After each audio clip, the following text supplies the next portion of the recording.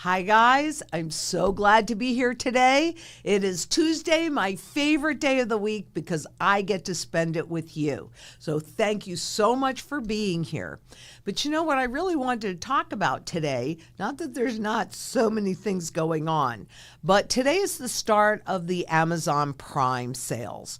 And they're down year over year, 14% so far. Now we'll see where they end up. But the reason why I wanted to talk about that is because that could be an indication of what's happening with consumers. Not a real big surprise there. But it's also partly because vendors are concerned about giving steeper discounts because of their costs of the goods. And obviously that's got to do with the tariffs. On again, off again. But I think people are now getting used to that as well, but there's still a lot of uncertainty back there. However, you also look at the data saying that most people think that the inflation rate is back to where it was before this tariff war and this whole thing started. It's normalization, and it's always normalization.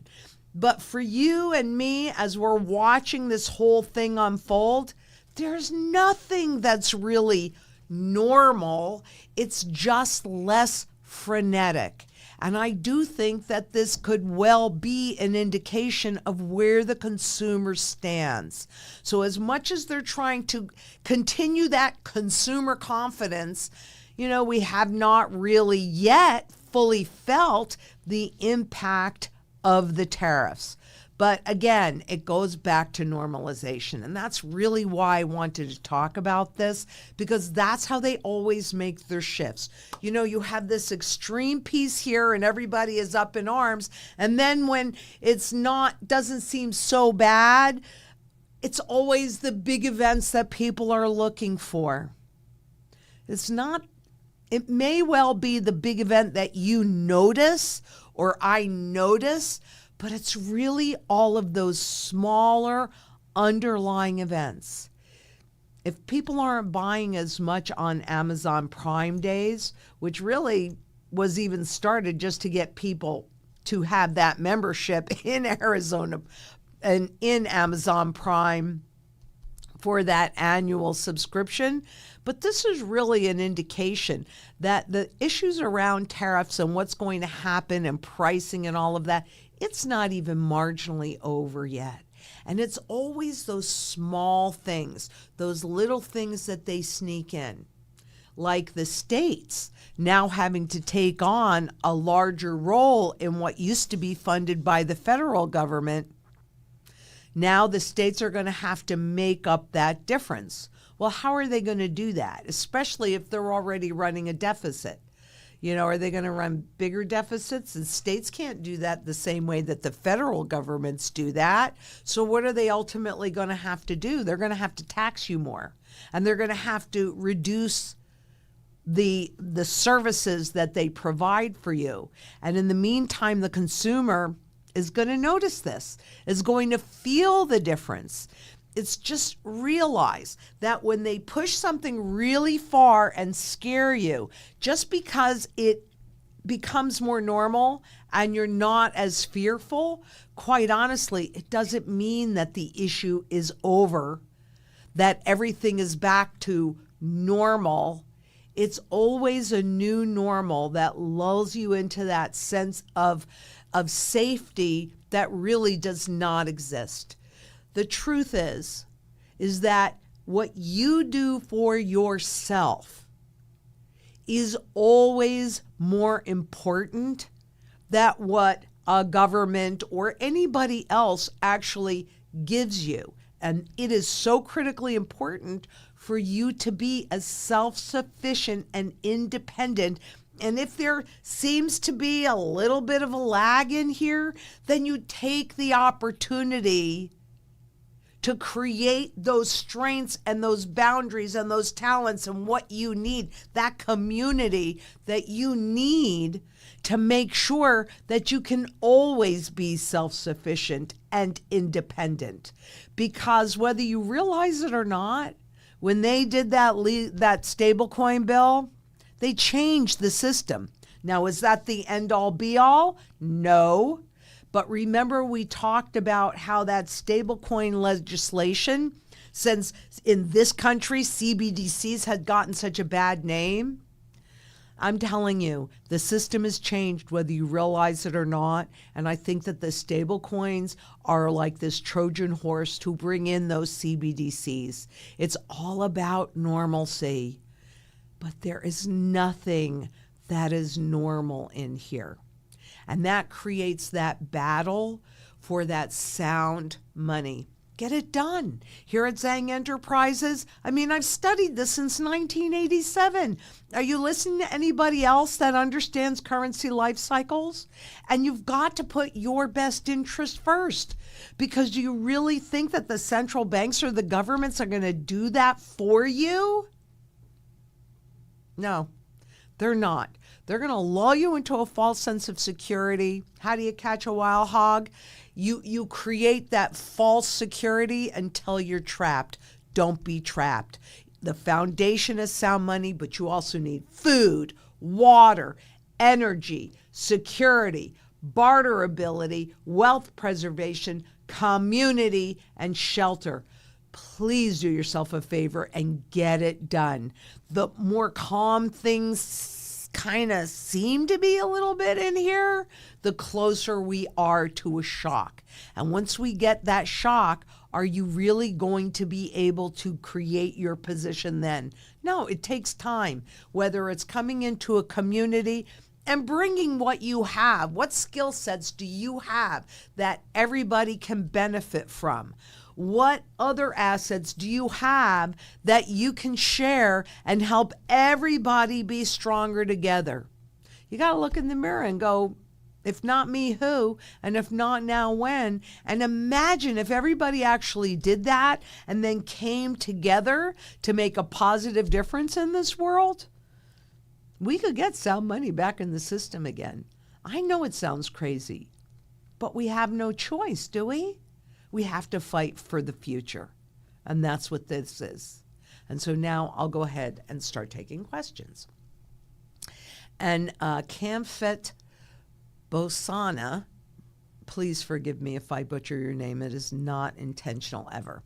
But hey, Lynette, do you think gold and silver still have pretty big run left in them? Oh, yes, I do. We aren't even marginally. Oh, see, things calm down. It's risk on, baby. Risk on. No.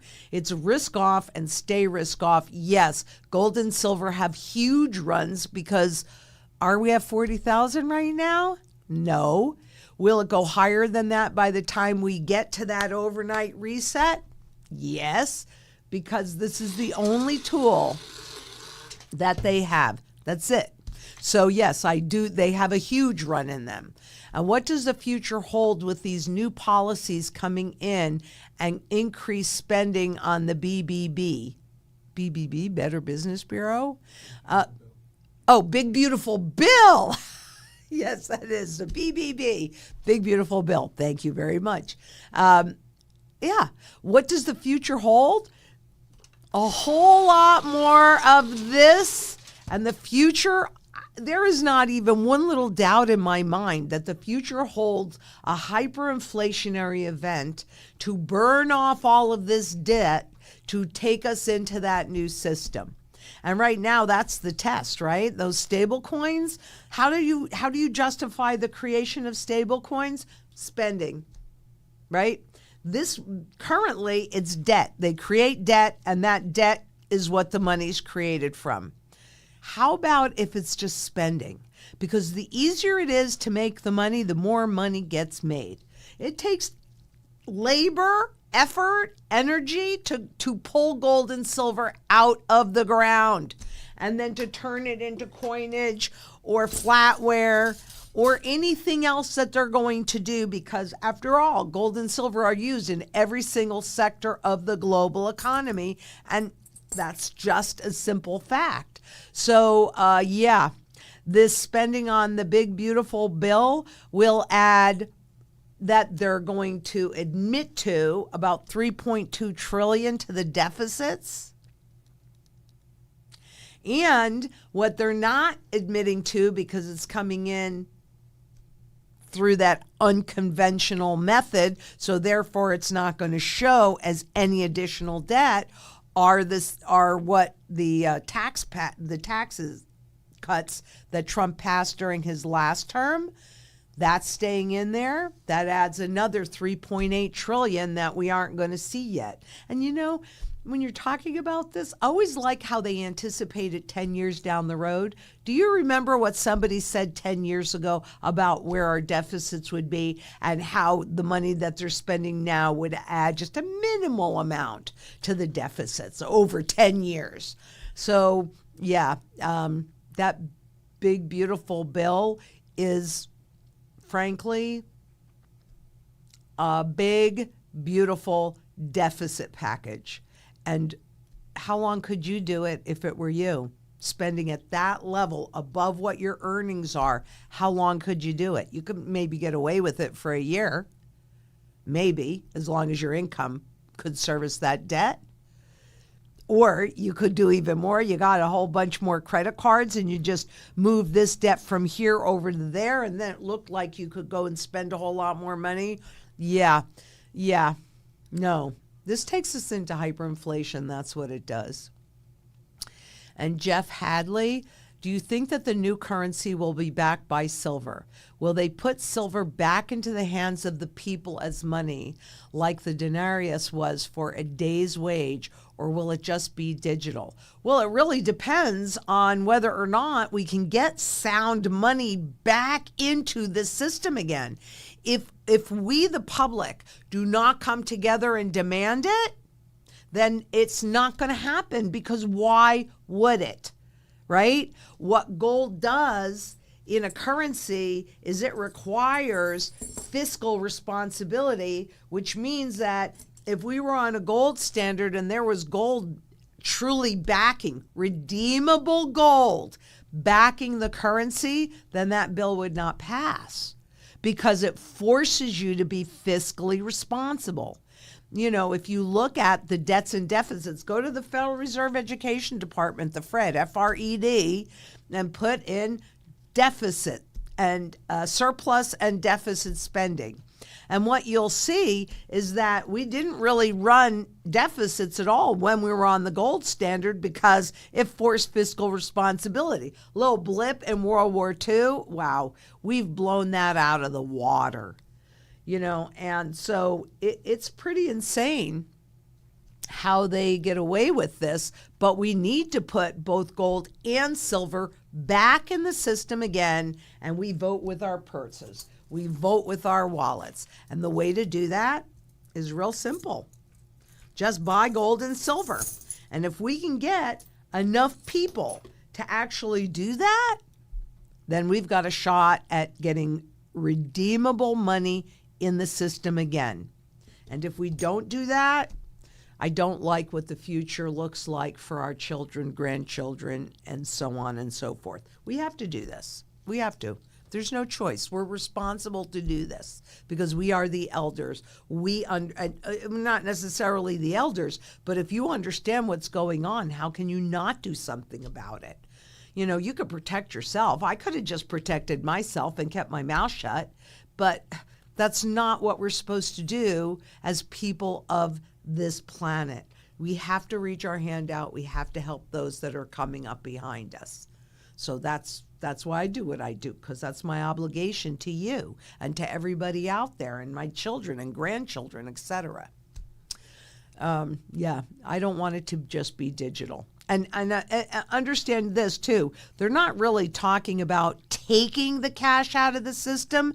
They're talking about inspiring you to volunteer the cash. Because if they take it, you know it. But if you volunteer it, then you're the one that you blame, not anybody else, when the blame needs to definitely on the heads of government and central banks, because they're the ones that have perpetrated this very evil act. In my opinion, very evil act. And Sandy Anderson asks, hi, Lynette, do you expect the hyperinflation to hit almost all countries at the same time, or could another strategy be to move around in the world? No, I think this is going to be an absolutely synchronized global issue. And you remember, after 2008 and the great financial crisis hit, and all the global central bankers got together, and what did we see? We saw an awful lot of synchronized movement with the banks that only started breaking down in 22, when all of a sudden they were giving this forward guidance, in other words, telling Wall Street what they were going to do so that Wall Street could get into a position to benefit from it. And then all of a sudden they decided not to do that again. No, that was in 2022. That's when they started raising the rates. That was in, I'll have to go back and look. I'm sorry. Truthfully, I just got back from vacation. And I'm not right back into my habits and everything again. But it was when they started, no, that was back there when they started doing that, because they kept telling people that they were just going to raise 50 basis points, or they kept telling Wall Street, I should say, and the people that they were going to raise 50 basis points, 50 basis points, 50 basis points. And then all of a sudden they did 75 basis points. I was shocked when they did that, because the last bit of, they had 2 layers of confidence left in the system, and that was Wall Street to the central banks and the public to the central banks and the government. And when they did that, then Wall Street knew that they couldn't be counting on the central banks to tell them what they were going to do. But the interesting part about that whole period, and so we need to do something on this too, maybe as a memory, because when they decided to raise those rates and do it all in a very synchronized fashion, you had Jay Powell and Christine Lagarde, the head of the ECB, and she used to be the head of the IMF, come out and admit that they didn't understand inflation. Since it's their job to regulate and guide it, it's kind of scary to see the two of the key people in that area to help guide everything, saying they don't understand it. Maybe we can find those clips and do something on it to show people, Josh. I've been kind of wanting to do that. Okay. So yeah, I think, no, Sandy, I think unfortunately this is going to be a coordinated effort so that there really is no place for you to escape from one country to another. Because and the other reason I say that is because if you look, people always, or countries always, value their currency against the dollar. And I've shown you this a gazillion times, how the dollar can outperform their currency simply because they're inflating it away faster than the US dollar is being inflated away. But silver always outperforms the dollar. And gold, mostly like 99.9% of the time, outperforms silver during that same block of time. Why? Because gold is the primary currency metal. Silver is the secondary currency metal, but it is gold at which they do those overnight revaluations. So you got to have both. They're for different functions. Give us a call. We'll help you figure that out and execute it. And Dylan Williams asks, question for you. When I look at the Fred power of the dollar, it's saying there's like 30 cents left. So you move the decimal point to get 3 cents remaining. Thanks. Yes, if you look up at the top, what you see, let's see, maybe I can pull this up. Excuse me. Oops. Are we hooked up that we can? Yep. Okay, cool. All right, let me show you. Because this is my favorite graph anyway.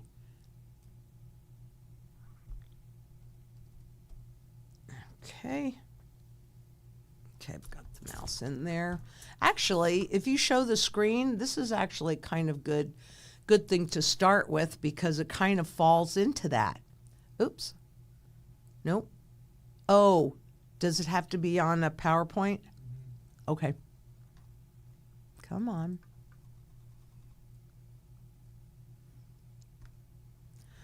It is not responding to anything that I'm asking it to do. All right, I mean, there's another way to do it if it'll work. So it seems to be.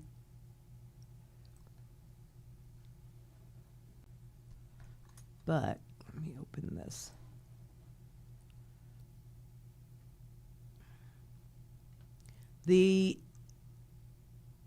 All right, let me go here. And I can fix this later.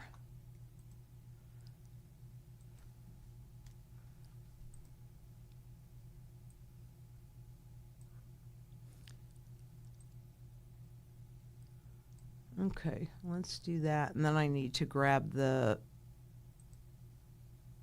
Fred. Okay, that's the money supply. Purchasing power. I'm going to show you this because I think this is really, and also for people that are trying to figure out, oh, I hate when that mouse disappears, how to explain this to others. This is the chart that I would always use for that.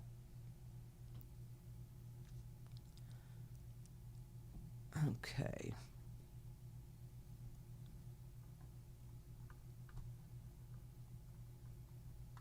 Okay, here we go.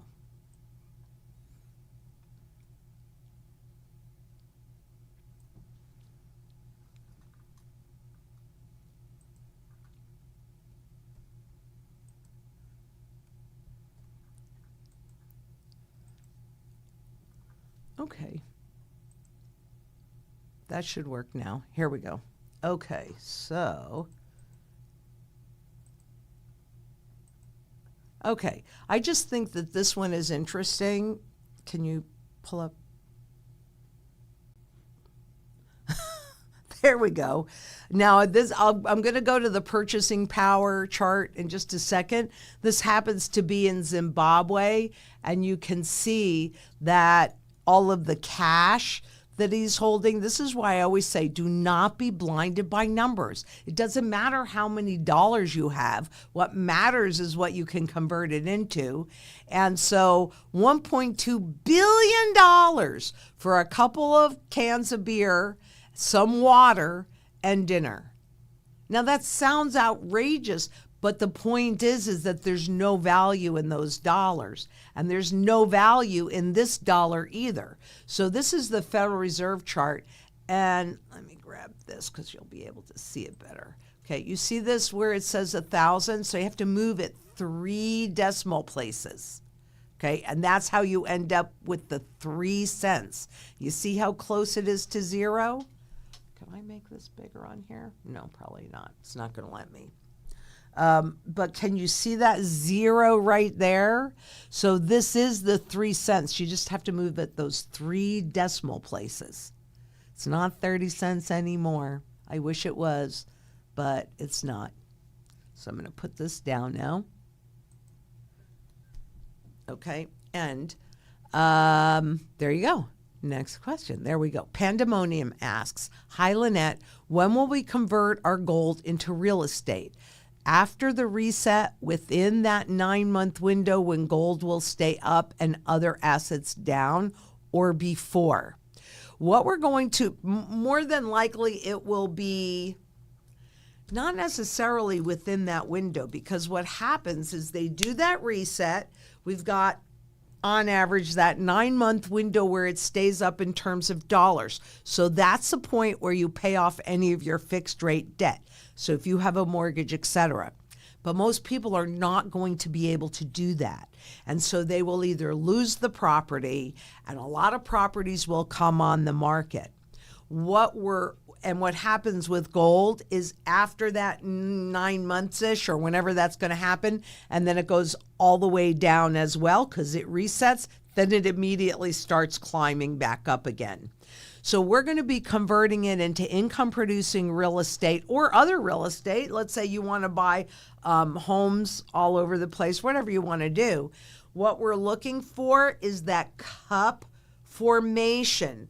We want to see that we have hit somewhere near a bottom in pricing, right? And that cup formation is an accumulation pattern that indicates that smart money has recognized now an undervalued circumstance. So it'll more than likely, it's going to be after at least that first reset, and I'm not sure exactly when, because what I'm going to be looking for is that cup formation pattern. And then when we see that forming, that's when we start to go in and convert. But remember, after that, I'll do something on that. I'll do something on that. I'll do it on gold behavior after reset and get more specific on that. And DeJames asks, hi, Lynette, since I doubt anyone would pay you in metals, could the legislation making gold and silver as legal tender be a silent way to confiscate them from the public? Has anyone thought of this? The answer is yes, people have indeed thought of that. However, it's not really true. I mean, you may doubt that anyone would pay in metals, but once it's legal tender, they have absolutely the right to do that. Also, we will bring it into the digital realm. We just want to make sure that it's redeemable. It's when it's not redeemable that actually can get cattywampus, like we saw in Zimbabwe when they did that 44% overnight reset. But I don't know why you would doubt that people would pay you in metals. I mean, I do that from time to time. I give people that option, and some people take that option. Other people don't take that option. And also, when you're in a hyperinflationary event, and this is the piece that I think you need to think about a little bit more, at that point, everybody recognizes the fact that the currency, wherever you are in the world, is losing value so rapidly. But you don't have to go back very far. 2014-15 during the sovereign debt crisis in Europe, a lot of people did actually use the metals directly for payment, because when a currency is falling apart quickly, people recognize it. And actually, you're going to see this more in my work, because I think that you need to be able to see it, how people actually pay for things like in Venezuela, where they've been under this pressure for so long, with flakes of gold and pieces of silver. So, DeJames, I know that you're doubting that, and time is going to show you the truth when you have that personal experience yourself. But even recent history denies that claim, right? I mean, they actually do use physical gold and physical silver in all different forms to pay for things when the currencies are in hyperinflation. That's actually current history as well as past history. So they do. It's just that in this country, and with your experience, you still have confidence in this. When nobody has confidence in this, they don't want it.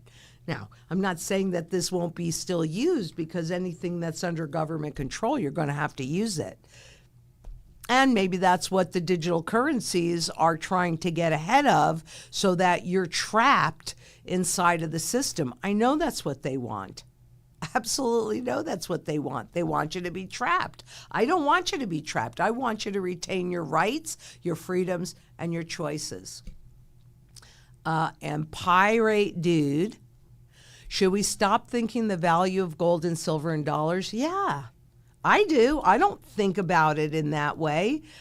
Granted, I do think differently about money than probably anyone else you're ever going to meet because of where I've spent my life. But absolutely, I don't give a crap what it is in the number of these that they want to show me. That's just perception management. I want it to retain its purchasing power. That's what I want from gold and silver, and it does that regardless of the numbers. Thank you for that question. That's a great question. And Jeff Hadley asks, have you read the Big Beautiful Bill? What's in the Big Beautiful Bill, and will it accelerate inflation? Would you guys want me to do one just on the Big Beautiful Bill? I will, and I'll have that for you. I'm losing this weekend. That's why you're seeing me sigh. I don't know that I can have it for you next week because I've got a short week, and I'm going to be going to fight for the states right now, getting gold and silver as legal tender. So if it's not next week, I don't think it will be. I mean, I have to be realistic to my time as well. I will make sure that that is done for the following week. So I will get that done. And Miramar asks, where's the channel you've been promising on the other supports, especially water and power? And your words are not matching your actions. Thank you for calling me out on that. But I will tell you, it is not me. So what are we doing, Josh? He's sitting over there smiling. It's a function of time, but yeah. What do you think? I mean, do we have anything? What can we tell these people? We've been promising it for a long time. So it is coming, but I would say that anything worth doing is worth overdoing.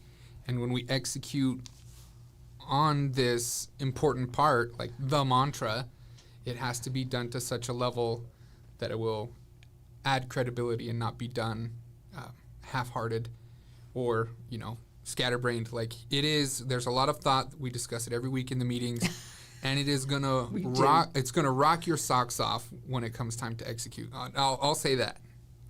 Yeah, we are definitely in hiring mode right now, and we are all of us pedaling as fast. But I appreciate you calling me out on it because absolutely 100%, you hold my toes to the fire. I want this more than anybody else out there wants this. And we're already recording for it. We just are not quite ready to execute at a much higher level than when we were doing Thrivers. This is going to be much, much better. So please, if you could just have a little bit of patience, I promise you, my actions you'll see them. And we are working on it already behind the scenes. You're just not seeing it, but I promise you, this will be here, and our actions will absolutely support the words that we're speaking. And I understand what you're saying, and I'm right there with you. Believe me, I'm a pain in everybody's butt on this.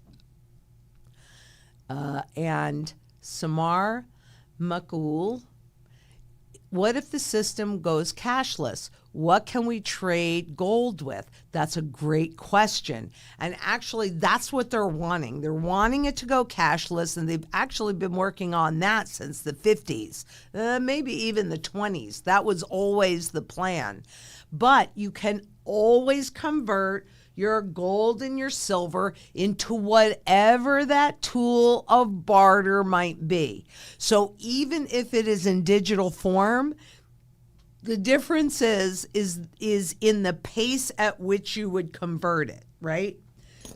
In other words, in the original strategy, once we knew that the system was settled, a big chunk of the gold that you had accumulated, because you should always have a foundation of gold and silver, but a big chunk of that would have been converted into the new currency.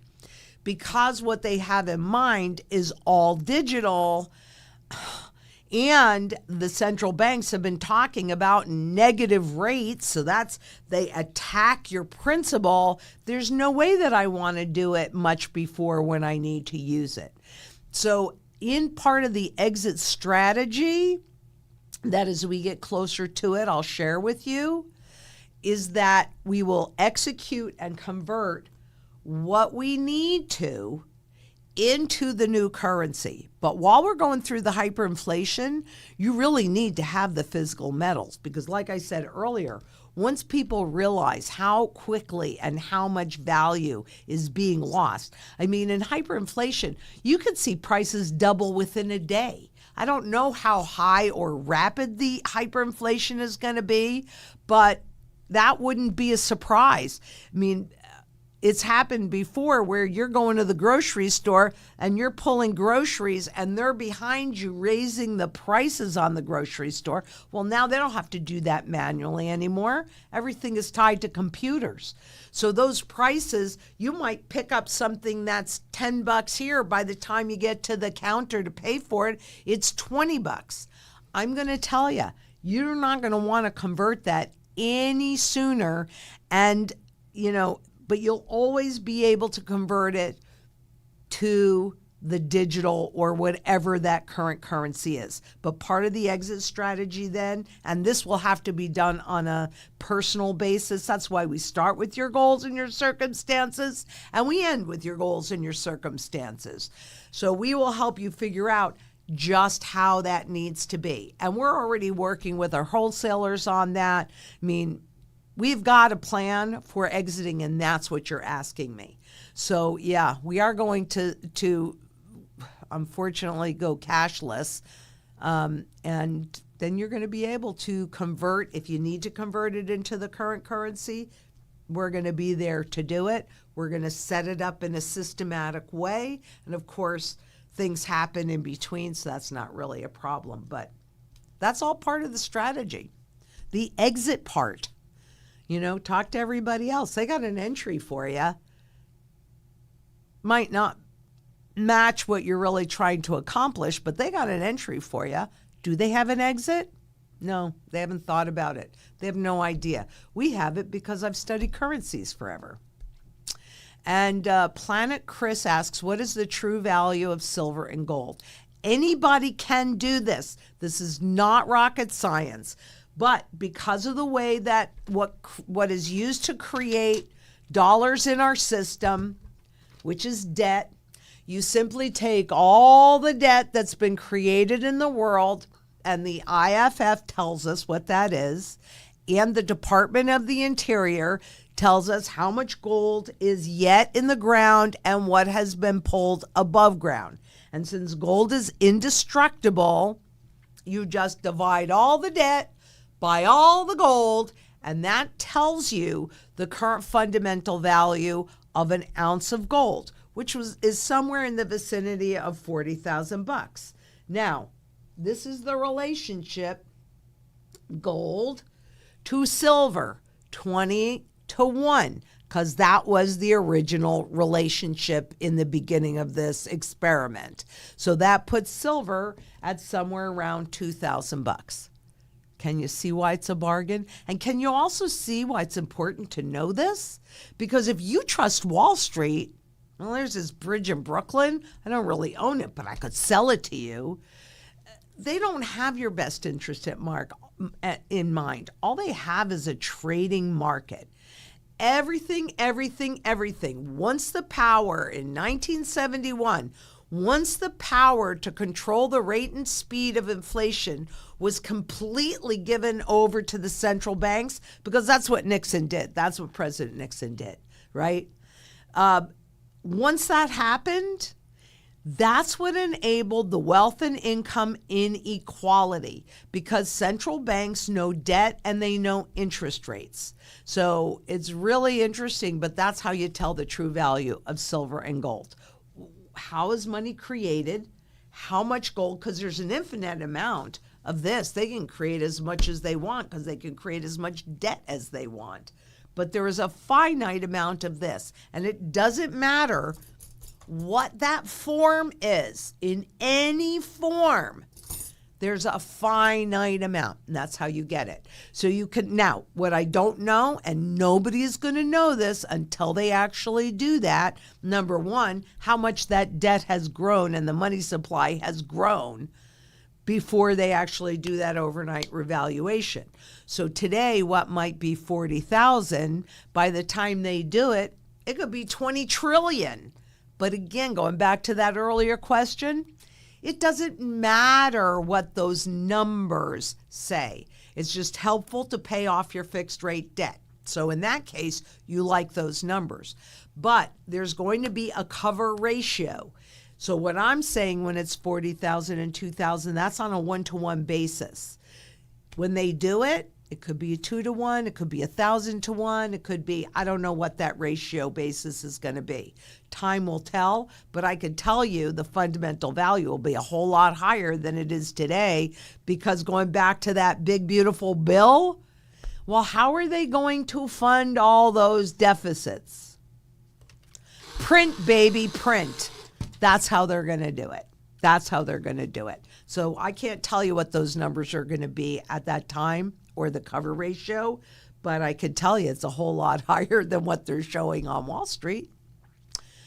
And Andrea Vanderkloot, I have a small kiln smelter, so I could make my own currency. Yeah. Are you talking about, if you've got a kiln and it's hot enough, are you talking about like melting this down and turning it into something? But yeah, you could, although you don't necessarily need to. I mean, I wouldn't care about clipping this off, you know. But that's a good one. Tiana Licks asks, Mrs. Lynette, where could I sell 92.5 jewelry and not be taken advantage of? Besides pawn shops, which certainly pawn shops will take advantage of you. Would your company buy 92.5 jewelry once we are digital? Maybe I can't really answer that at this point, but understanding what its weight is, right? So if you weigh it out and then you multiply that times 92.5, a lot of it is in understanding. So jewelry stores would usually take it, not just pawn shops. The smelters will give you a little bit behind spot. Dealers, antique dealers that deal with silver will buy it. I can check with our wholesaler about that.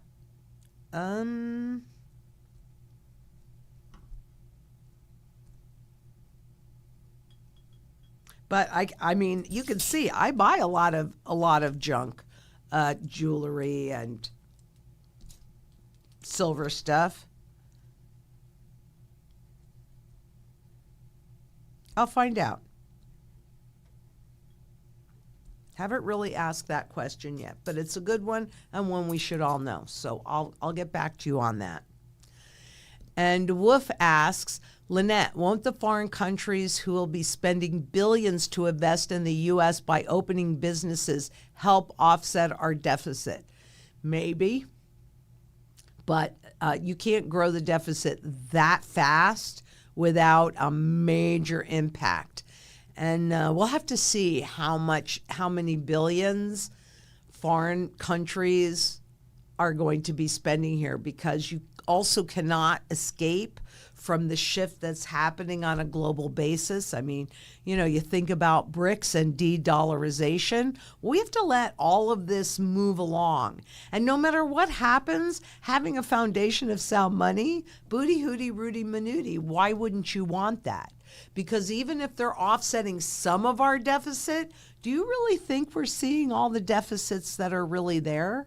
And this whole thing with the states now having more fiscal responsibility for programs for their constituents.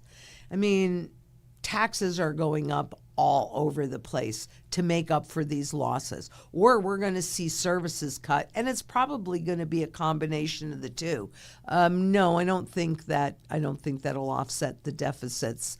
Maybe a bit. I mean, we'll see what happens with the tariffs. The tariffs are supposed to pay for all of this spending too. We'll see. Maybe, maybe miracles happen. I mean, actually, I do know in this world miracles happen, because I'm sitting here talking to you about this. And frankly, that's a miracle. So We'll see. We'll just keep paying attention to it. But no, it won't. We're at the end of the currency's life cycle. I'm sorry. I wish I could say something else. You just saw the purchasing power chart. I mean, and if you think that that's 100% accurate, think again. It only has 3 cents because people still trust it. And that's what they knew when they set the system up. People marry the legal money of the state, but it doesn't really help you to do that. And Dreamstorm asks, how does hyperinflation happen to the world reserve currency? It's real simple. It's that loss of confidence. That happened, and this isn't the first time that it happened, right? I mean, the British pound used to be the world's reserve currency. But when you spend and create that inflation, confidence is lost, and that status shifts. Now, the status is shifting again, but have we not been talking about the de-dollarization, particularly once the U.S. used the dollar and the global financial system, payment system, as a weapon against the countries, say Russia, that didn't want to flow along with what we wanted them to do? What did we do? We used the global financial system as a weapon. Everybody saw that. Everybody saw that.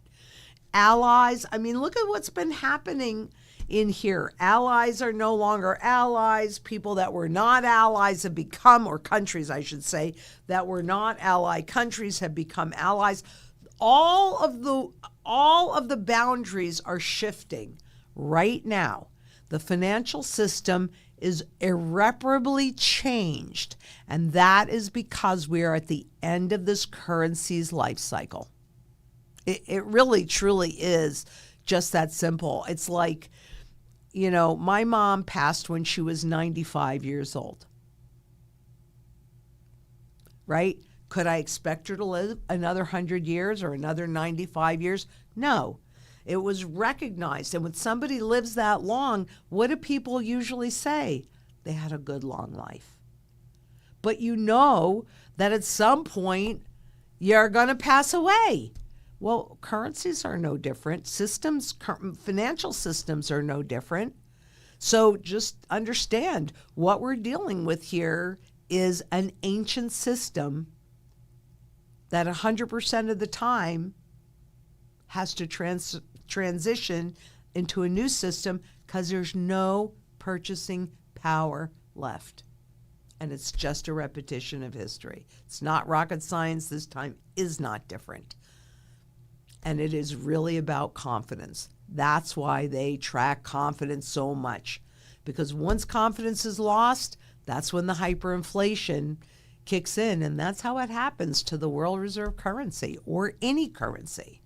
Just takes longer in a world reserve currency stake than in a third world country currency. And Stephen Brewster asks, I don't have much in stocks, very little, but in a financial reset, I wonder if they will pay out only so much or pay in old money, which will be worth little. Later investments pay out in new money, which still is worth very little. Because understand, as they go from one fiat into the next fiat, it's not like they get all of this value back in there. They just kind of make it look like it, right? Until they then destroy it and make it cheaper and cheaper and cheaper. That's why we're getting rid of the penny. Right? That's why we got rid, well, there are a bunch of reasons why we got rid of gold, but that's why we got rid of the silver in our system, because as the currency was devaluing, it became more expensive to create it in sound money or even in copper, right? It costs 3.7 cents to make a penny. Wait a minute. Costs almost 4 times as much as you're going to get back out of that penny. That's why they do away with it.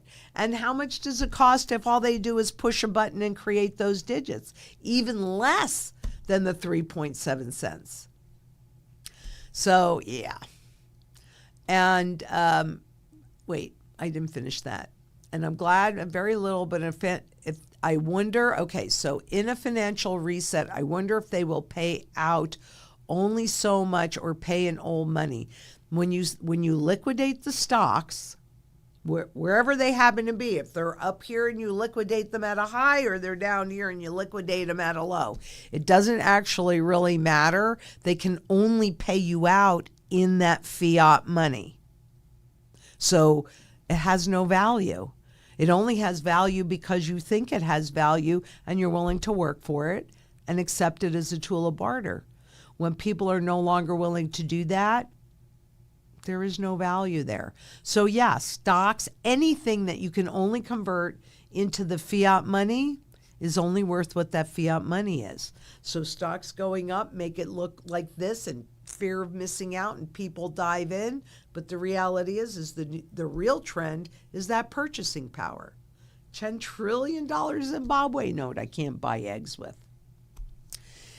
And Jackie Gross asks, Mrs. Lynette, I found a video where you showed a girl from Venezuela buying food with gold and not silver. Besides using gram pieces, how else would I break gold down like the little pieces? Well, gold comes in many different forms. So this would be part of the barterable part of your portfolio, but they have accepted silver too, which is actually better barterable. And here's a dime. Now this is constitutional money, so it's pre-64. Well, you could kind of see that this is like half the size. So in the strategy that you execute with us, it's built in layers, because you're really not even going to want to take a 1/20 of an ounce of gold to the grocery store. You're really going to want to take this. So the flake, remember, the flake, you can pull both gold and silver to the thinnest layers. That's what they do. That's what they do when you're going to use it. But you're going to use silver primarily for barterability. The gold is barterability is more about like property taxes, okay? And things, we have it all broken down. So when you have a conversation with our strategy specialists, then they're going to go to the list and they know, okay, what do we need barterable gold for? What do we need barterable silver for? What do we need cash for? Right? They'll be all done in layers so that you have what you need no matter what you're doing. That's the goal of the strategy, is to understand where we are in the trend cycle and make sure that you have the right tools for the job, whatever that job might be. So you want to have it in a variety of weights and sizes and forms and everything. We can help you with that. And Eldon Elder asks, do you think we will be able to buy real estate, etc., directly with gold or silver when the SHFTF, or will fiat currency still be necessary? Will the average seller trust silver and gold? You're going to have to do a combination of the two. It depends, right? If this is a corporation, which, let's face it, corporations have gone in and pretty much bought up a lot of that real estate that used to be owned by mom and pop. So if it's a corporation, you're going to have to convert it to fiat in order to complete that transaction. If you buy it from an individual, though, individuals, that's the purpose of having certified gold and silver, because it guarantees that it is what we say that it is. And when you're dealing with an individual, yes, I think that they would, the average seller would trust the silver and gold once they see the currency hyperinflate. Today, no, because we've been trained away from sound money. So people don't understand it. That's what we're doing with the sound money movement, the Citizens for Sound Money. So much of that is about education. That's what's coming up this week for me, and I'll be telling you about it on Tuesday. You're not really hearing me say too much because I don't know enough yet, but I'll get there. I'm starting, frankly, not really much ahead of where you are, and it takes a village. It takes all of us working together to get sound money back in the system. Few people can't do it by themselves. We have to demand it. The citizens have to demand it. So it'll be a combination of the two. But if you're dealing with an individual, they're going to prefer to have primarily gold, secondarily silver for whatever the transaction is. Absolutely. That's what past history and current history show us. And O-Game Sense, what is the M2 money supply to gold ratio? Is gold at an all-time high? The money supply to gold, no, gold is definitely not at an all-time high. That's where I get that $40,000 from. So gold is dirt flippin' cheap, and so is silver. Load up on it. This is the opportunity to do that. Get her done. Get it executed. Don't just get the plan, get it executed. So I don't know what the money supply to the gold ratio is at this moment in time, but it's just the opposite. Gold is not at an all-time high. It's closer to an all-time low because of how much money they've created. And Stephen Brewster asks, what price does gold need to go to reach all-time highs, taking into account inflation? A lot higher than it is right now. So, I can do that calculation if it's really important. I don't really think it's that important because we're going to see it in the patterns, not necessarily the numbers. The numbers don't mean anything. It's the patterns that we're going to look at. And remember, there's always a lead and a lag time. So we really got the technical indicator that the debt bubble had popped in 22. Now we're starting to see the impact of it. But that impact has begun. And we were warned about it 2 years ago, or 3 years ago now. I don't care how early I am. I just don't want to even be 1 second too late, because that's when you lose all your choices. So talk with Tiffany. Would you visit and speak at PorkFest next year? Liberty Mind people working outside the fiat system. I would definitely be open to it if it fits in my schedule. I think on the site there's a link. Isn't there a link for booking me? So I will talk in front of any group. I don't care. No, I don't think I really even care. Even groups that I would disdain, I'd still go and talk in front of them. Absolutely. So sure, just get a hold of us and they'll bring it to me. And as long as it coordinates, we can coordinate it with the rest of my schedule, I'd be very, very happy to. Thank you, Tiffany. Talk with Tiffany. Solar Geek. Does it even make sense to hold dollars, or is it better to hold precious metals mostly? The answer is you need to have some level of dollars, and again, that goes into the strategy based upon your goals and your circumstances and what you have to work with. Your dollars are your first line of defense. It does not make sense to hold that mostly because you can see it devaluing in front of you. Every time you go to the grocery store or anywhere else and it costs you more, it's not because that thing is worth that much more money. It's that the currency, the dollar, is worth that much less. However, it is initially most recognizable by Americans, but he's referring to or he or she actually is referring to the global fiat money system. You need a certain amount of them and no more. But keep in mind, since the strategy is developed to take you full circle, so we want to make sure even in your barterable part of your portfolio, even in that cash part of the portfolio, which is in that first barterable phase, we're going to recoup those losses. That's the whole, one of the big points of the strategy is to cover any losses, any fees, any costs, anything that you can't. If you've got a 403B, you can't pull that wealth out. Period. That's not even an option that's open to you. We need to make sure that that's protected. So any wealth that you have, this is a full circle, so that what you use up, you're made whole. What you lose, you're made whole. That's the way that's the way the plan is designed. Entry, holding, exit. It's a strategy. I feel like we're playing a game of musical chairs.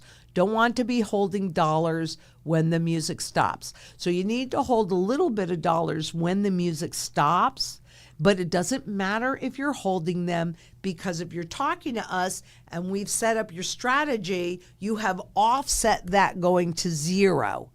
But it's still what's going to be initially recognized and preferred. Does that make sense? And if something I say, you don't understand it or it doesn't make sense, let me know and give me an opportunity to explain it in a different way, because that is my job and that is my goal, to explain this stuff in a way that you get it. And everybody learns differently. Everybody does. But I know what you're saying, because I feel the same way, but I don't worry about it because I've offset it. Vikin Bastajian, please forgive me if I butcher your names. Good afternoon. First time live. Oh, yay. Thank you so much. I appreciate you being here. The market shows everything getting expensive. Analysis are saying worst recession is coming. What can Americans do for the long term? The only thing that you can do is get into position to weather this storm. So you have that foundation of physical gold and silver in a variety of sizes, in a variety of forms, so that you've got you're able to sustain your current standard of living. Then you're able to protect whatever fiat money wealth you've managed to accumulate. Then you need to put yourself in a position that you can start to accumulate as those opportunities present itself. And that's what Americans, and I mean, critically important, build that local community around you. And actually, I'd say this is on a global basis, build that local community around you. There are other countries that are more used to doing that. America's kind of been trained away from coming together in community. We need to retrain ourselves, because we need surety in food, water, energy, security, barterability, which, as you guys know, mostly is silver for me, wealth preservation, which is primarily gold. Community peace is arguably the most important piece, and shelter. These are the things that we need to sustain a reasonable standard of living and be in a position to take advantage of this shift. Because wealth never, ever disappears. It just shifts location. And much as Wall Street wants you to believe that you can create wealth out of debt and thin air, at the end of the day, there is a reason why dynastic wealth is built on a foundation that has 3 legs. Truly rare collectibles, real estate, and gold. These are things that have lived through, proven to have lived through currency resets, wars, all sorts of things. So I don't see any intangible assets in that mix. That's temporary. What do you want? You want temporary? You want permanent?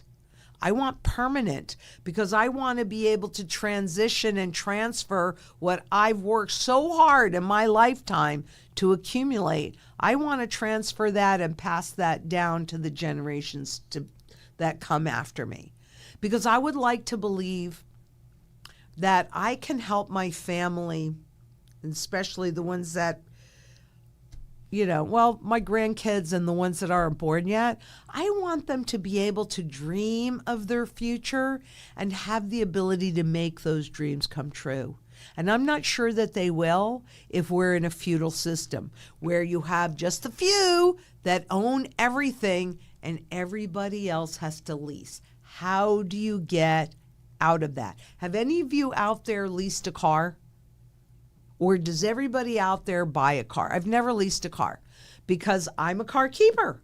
So when I get a car, I'm not going to turn it over the next day or year or 3 years. I'm going to keep it. So I'd be curious to see how easy, if you became somebody that leases the cars, how easy was it then to transition back into buying the cars? Right? Because I think for a lot of people, that transition back is very, very hard. So, no, I want ownership. And I want you to have that ownership. Because, again, wealth never disappears. It just shifts location. If you hold your purchasing power intact, when that opportunity presents, you get to have the wealth transition your way. What a concept. And it's really just that simple. It doesn't have to be super duper complicated. It just, and it shouldn't be. If something is so complicated that nobody can explain it to you, well, I suggest you run the other way. Because how do you know they're not completely taking advantage of you? They did it with dollars, didn't they? Right? They made that transition. You had gold certificates, you had Federal Reserve notes, used to using it for 20 years. So when the gold and the gold certificates went away, you were just left with the Federal Reserve notes, and those were intentionally, by design, losing value without you realizing it. Yeah, not okay with me. We need to take our power back. It's that simple. And that's what Americans can do for the long term. What everybody anywhere can do is create security yourself. Become your own central bank. Have a foundation of sound money and make sure that you are secure in the ability to feed and take care of your family.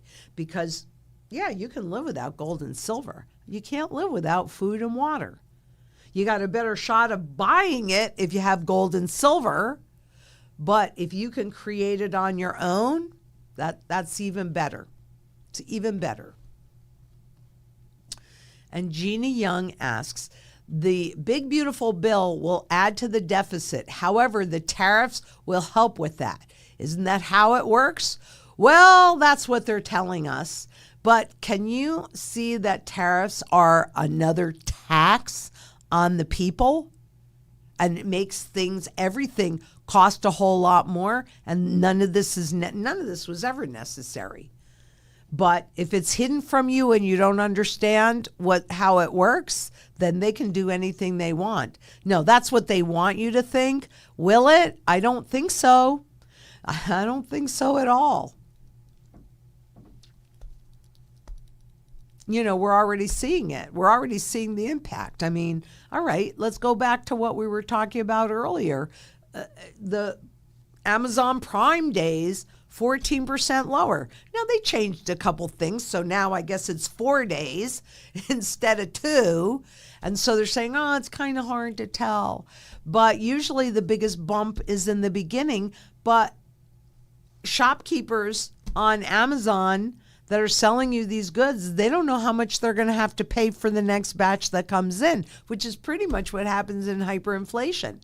They can't go out, and that's why they raise the prices, because they can't go out and replace the goods for the prices that you just paid for them.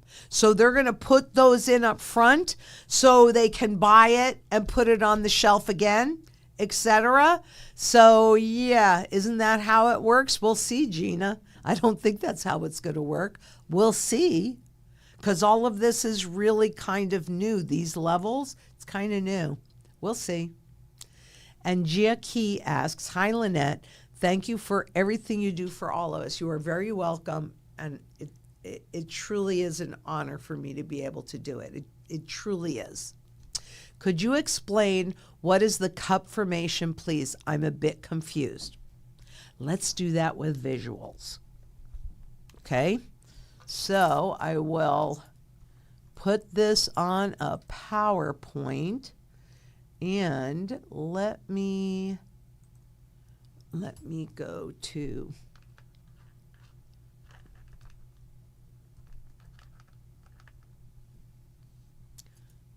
okay, here we go. Let me go out. All right, that'll work.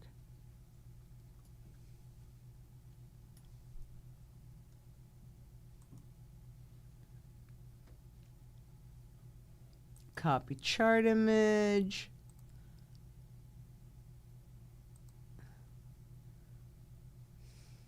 Come on.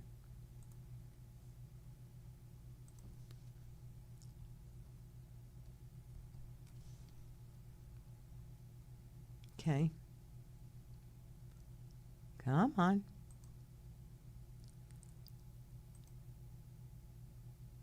Is it doing something?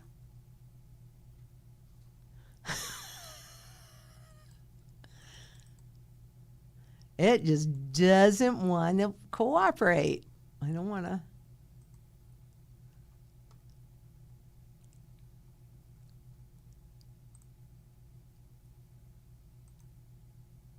Okay, should be doing something now because everything kind of went white. Oh, this is weird.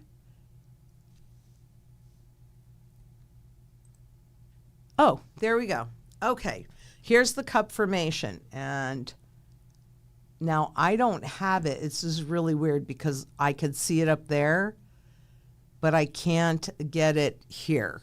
So do you see that kind of a cup? It's sort of bouncy in there, but it starts in 2013, and it kind of looks like the bottom of a cup. Can you see that, Gia? And because I can't, it just won't let me do it. I don't know why, but you're seeing it there. So oh, there's your pointer on the screen is visible. You've got my pointer on the screen. Can you see it? Yeah, you see it's right over here. Slide it over to the right. I can't see it. It's It's not. I'm trying to slide it, but it won't let me slide it. Is it open somewhere else?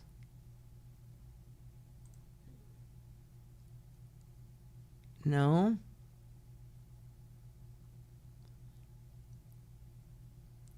This is like so weird.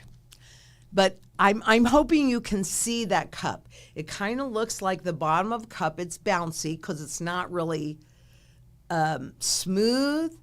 But then when it breaks out, right? So that cup formation is an accumulation pattern. And it shows that the smart money has recognized that gold, this happens to be the spot gold market, that spot gold was very undervalued. So they accumulated it. And then, it hit it hit three tops, so a triple top. It hit the fourth one, and then it broke out after that. I suppose I can do just I'll do a technical video. That won't take me very long. I could actually have that done for tomorrow.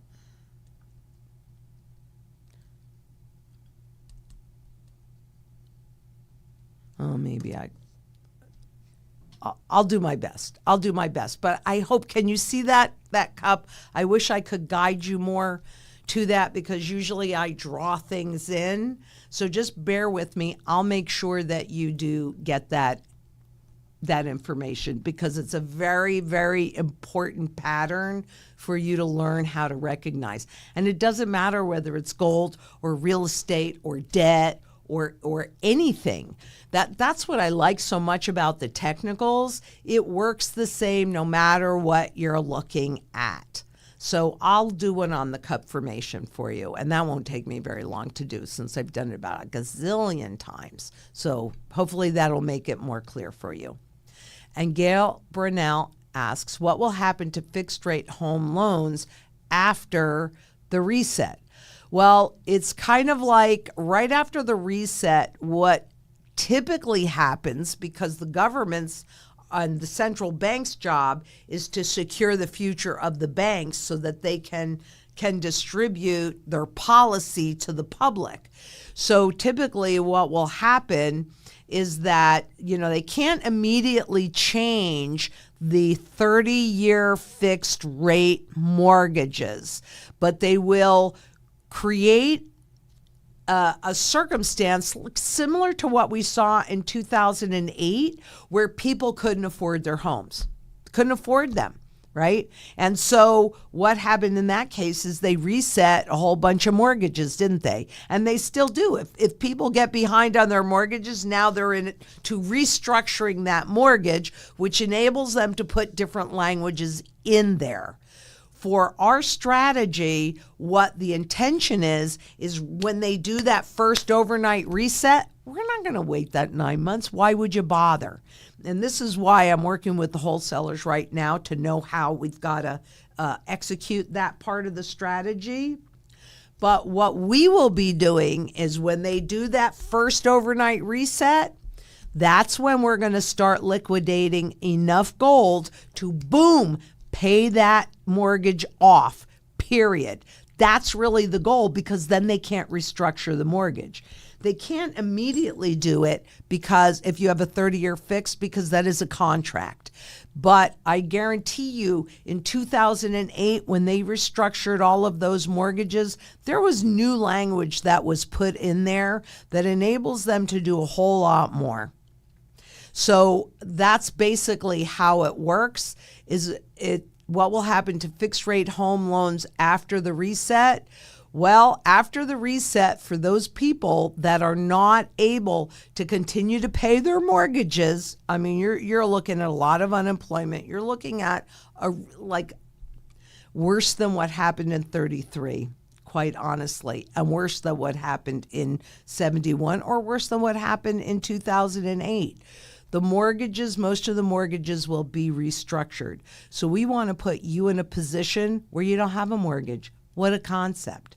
And right now we calculate out, well, this is how much gold you need to pay that mortgage off. And maybe you need, I'll just pull a number, doesn't matter, 20 ounces right now to pay that mortgage off. By the time we get there, I don't know how much more money they're going to print or what that reset is going to look like. But I could tell you what might have taken 20 ounces before might take a quarter of an ounce. So we will get to that and you'll do it. That's what happens. That's what happens. There are opportunities here. And Gyong Virag Kesserlja, I'm sorry. Is it worth it to convert physical gold to DGC? So, which I think is a digital currency? Digital gold currency. No, not if it's redeemable. No. If you don't hold it, you don't own it. I like the fact that in some of them, they're redeemable, and that's good because I wouldn't even go near anything that was not redeemable. And there is a place for that because it does make it easier to use it as money and spend it in fractional form, smaller, larger, what have you. So that's for the very first part, that first part of the strategy. That could make a level of sense. But if you already have physical gold, no. Do not convert it, hold it. Because if you don't hold it, you don't own it. Period. End of discussion. You can't own it. It's not in your possession. And that's why you've heard possession is 9/10 of the law. Yes, it is. Yes, it is. So no, do not convert your physical that you're already holding into something that's digital. Call us. We'll help you. We'll help guide you. You do whatever you want. We can't tell you what to do, but we'll help guide you into how much of that you might need. And then you can put some new money into that, some fiat money into that to meet that criteria. Of course, you get to do anything that you want to do, but I would not do it. You do what you want. I would not do that. And Pandemonium asks, I saw your last short on French energy prices. In France, our national producer, EDF, must sell our electricity to its competitors as the EU law. Then they sell it again at twice the price. So prices, I need you to scroll up a little bit more, please. So prices are dropping for these resellers, but not for consumers.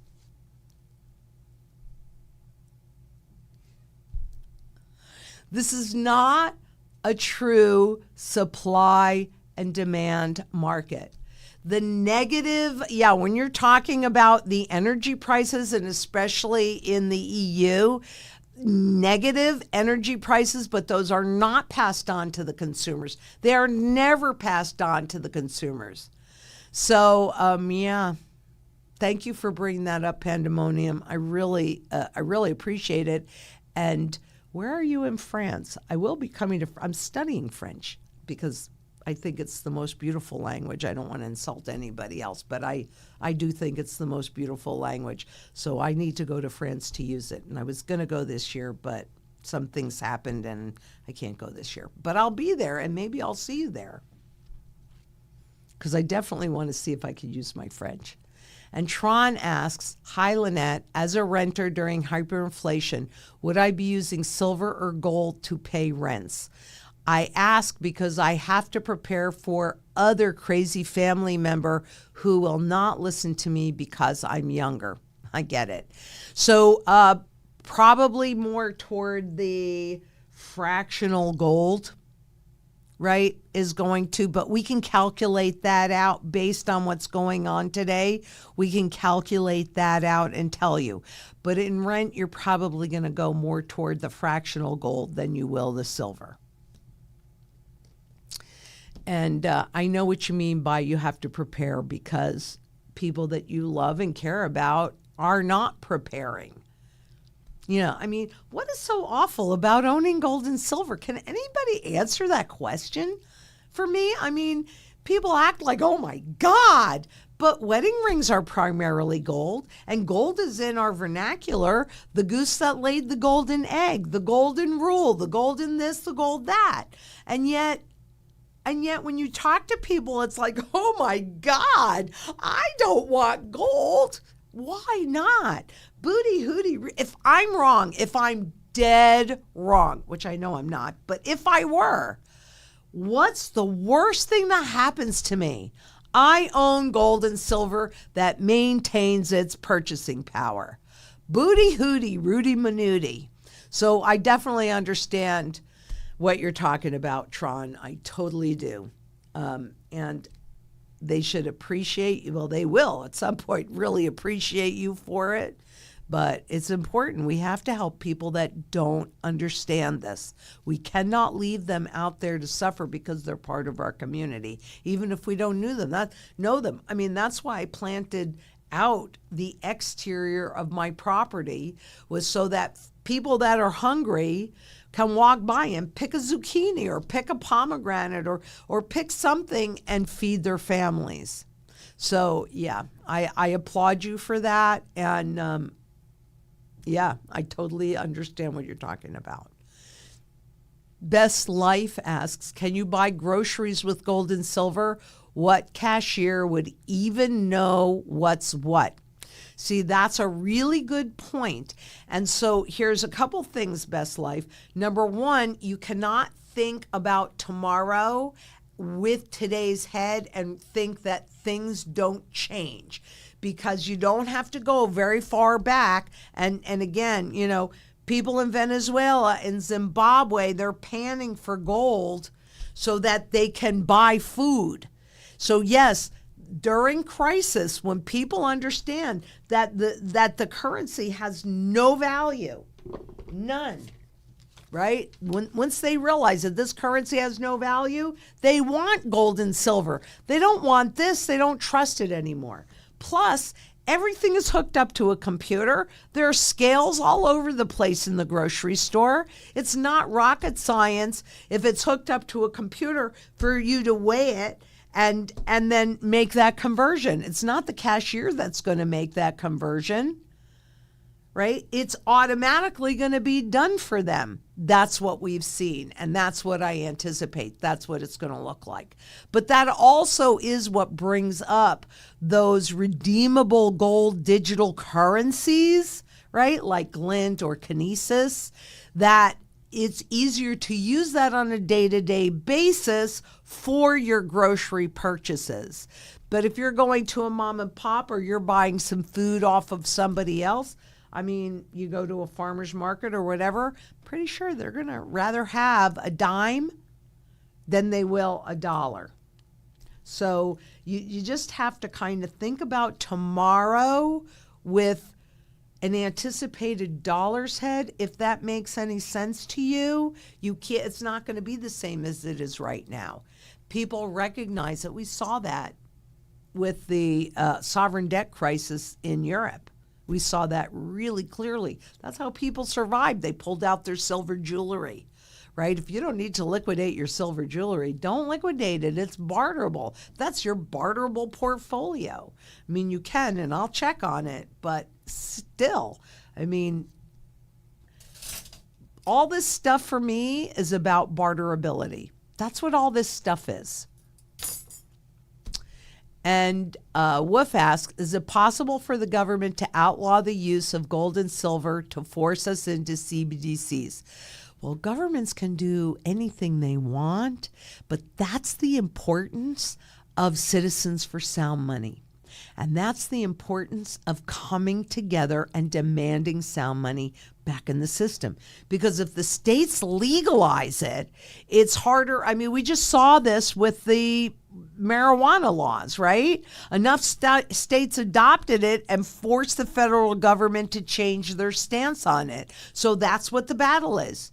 You know, it's like the ground roots, so from the bottom up and also from the top down. And it isn't just you and me that they've tried to teach away from sound money. It's the politicians. I don't think most politicians have a flipping clue about this is money. I mean, this is a $50 bill, right? This is a $50 gold piece. Which would you rather have? That's up to you. Give me this, because this I know is losing value. This is not.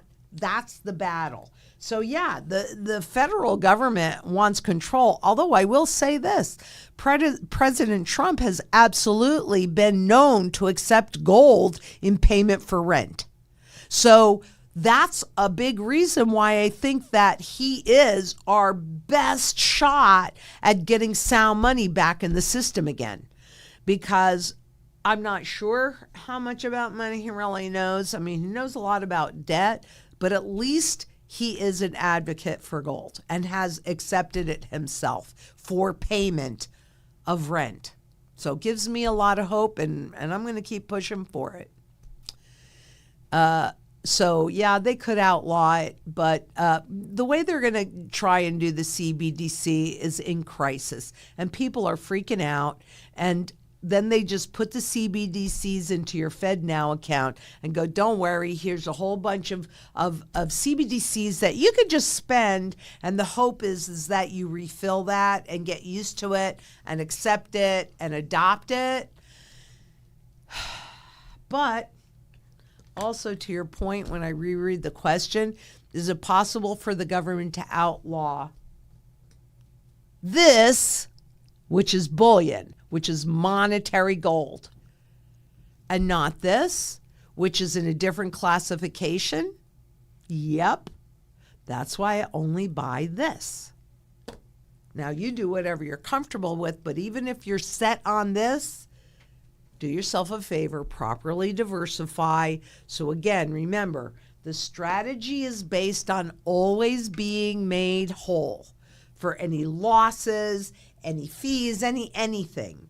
So just make sure, what if I'm right and what if I'm wrong? And that's the position you always want to be in. That's the position I always want to be in anyway, where it just doesn't matter one way or the other. And Luke Satcher asks, is the suppression of the Epstein evidence happening in order to prevent complete economic political chaos? More than likely and on a global basis. But I'm not privy to that, but more than likely. More than likely. When you don't hear about something or hear about it and then all of a sudden you don't, kind of like Fort Knox, we heard all about it and then it went dead silent. Why? Why not bring out all of this stuff on Epstein? Yeah, most likely. And SS Strauss 6752 asks, do you agree with Murray Rothbard and the ideas of free market money? He writes that agreeing parties simply decide the medium of exchange among themselves. Well, that's the way it's been forever, right? We all have to agree on a medium of exchange. And they have many times. I mean, money used to be these ginormous rocks that you couldn't even carry, and even in the bottom of the water, and yet people gave them value and agreed to use it. Same thing with this stuff, right? But how did they do that? I showed you how they did that. They took a commodity money, gold and silver, right? And they ran it all alongside something that is not real, that is just fiction that governments and central banks control. And they let them run simultaneously until the sound money was removed and all you had was money that really had no value, but the people were used to it. So they put value into it. So yes, I do agree with that. I do agree with that. And here's the real kicker. If you're going to have money, do you want money that's used in one place so that when that demand dries up, what do you have? Nothing. Big fat zero. Or do you want money, sound money, that's used in every single sector of the global economy? So it has universal, broad-based demand and functionality. So if one area is buying a little bit less, it's okay. A bunch of other areas, maybe they're buying more. That's the way sound money works. It works like this, right? Demand and supply. You can see that mostly in the collectible market on those charts because that is only supply and demand. In the spot market, those are all contracts, and they can create as much gold as they want to or silver as they want to without limitations. So it's not a true market. They just want you to believe it so they can take advantage of you. So yes, I do agree with him. And Dora Montalongo asks, can you please also address paying off adjustable rate debt with gold rather than just fixed rate debt? Millions of people also have adjustable rate HELOCs, credit cards, buy now, pay later, etc. You know, that is a really, really good point. And that's something that when I travel outside of the U.S., that's a question that comes up actually pretty consistently. And so I've really thought about that quite a bit. This strategy is for that hyperinflationary event. When you have variable rate debt, though, here's the problem with that. Those rates go up so rapidly and so quickly, not as much as gold does, but it's harder to boom, that reset, and then you pay it off because right along up until that reset, you have been compounding interest like nobody's business. So it becomes a bigger issue. Therefore, that would be what you want to get paid down now while you can. Now, you need to do a combination, so call us, we'll talk you through it. But you want to get rid of your variable rate debt. You don't want to be carrying that because you're never going to get out of debt, no matter what you do, no matter how much you pay, because of the compounding interest. And quite honestly, it's the same thing with our government debt. I mean, I think I told you guys this. If you're new, then maybe this is the first time you're hearing it. but it was 2009. And I said to myself, that was the first time that, I don't know, maybe we can try this again and I can show you what I'm talking about. Let's give it a shot anyway. We'll see. Okay, what do I want? I want this. Okay. So I'm back in the Fred now, and I'm going to surplus and deficits. Okay, and let me grab this observation. And this goes to the other question that we were just talking about too. So let's see if I can put that on here. I don't know that I can.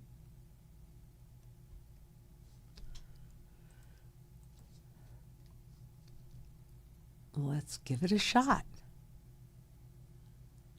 Nope. Are you seeing it on yours? Okay. Nope. It's the next one down. Gosh, it would be so great if we could figure out how to make this just work. Resume slideshow. So now you should be able to pull it up, but I don't have it on my screen to show it. Nope. Can you see if you can go to the next slide on that? I can't. It's all from You can't? from your Very annoying. It's giving me the sorter, but it's not giving me anything else. I can't do it. After the live, I'll fix how what is viewed up here. Okay.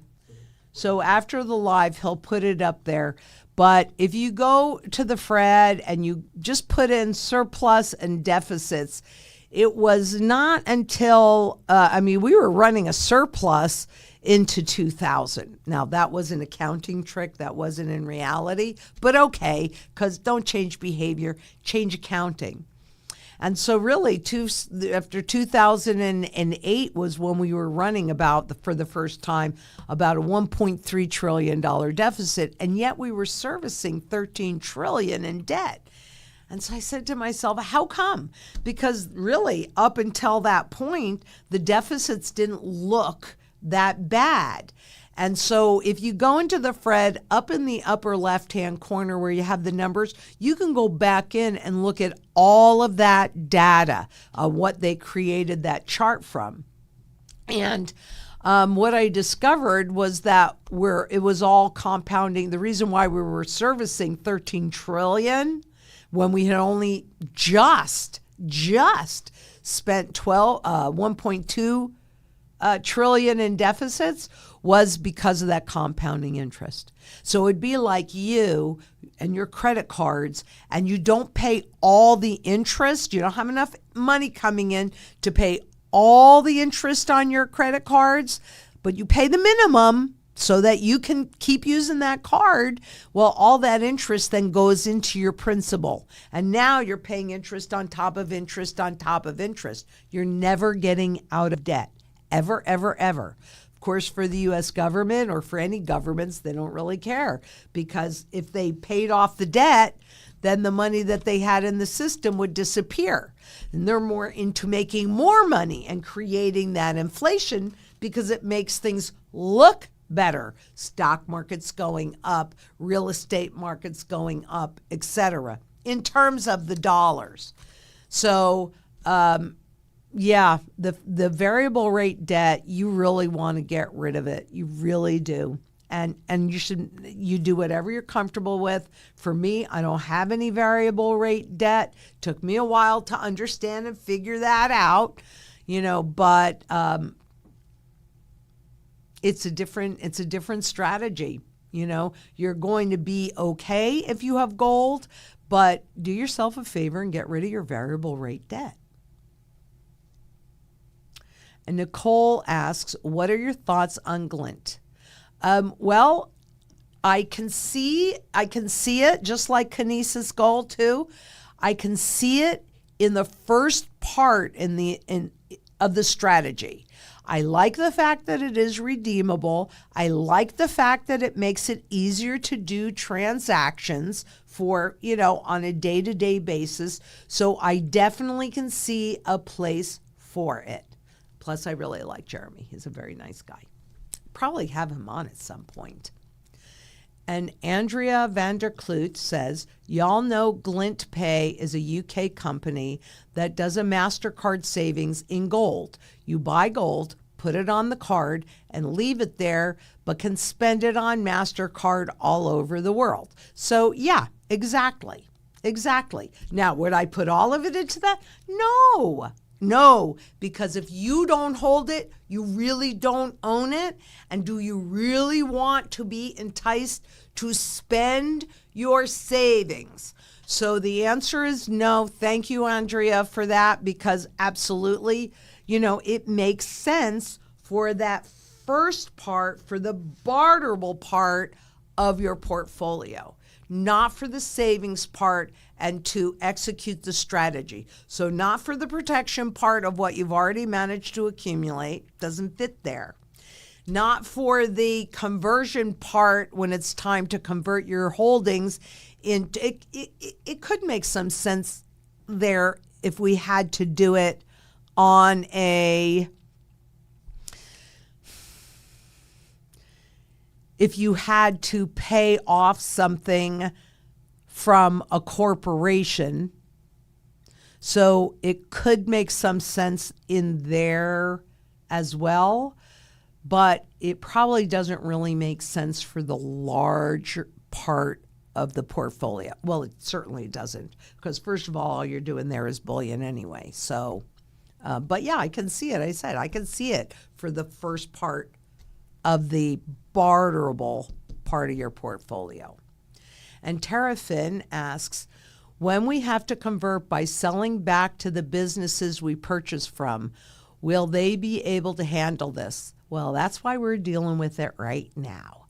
I think that it'll be a problem for most. It will not. I don't anticipate it being a problem for us because we're already getting into position for that. Even though I don't think that that's imminent, but when is the time to be prepared?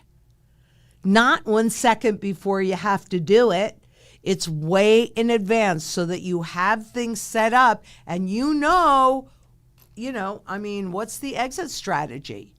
So that's what you need to be asking whoever it is that you're buying it from. And don't let them, yeah, we have one. They should be able to explain it to you.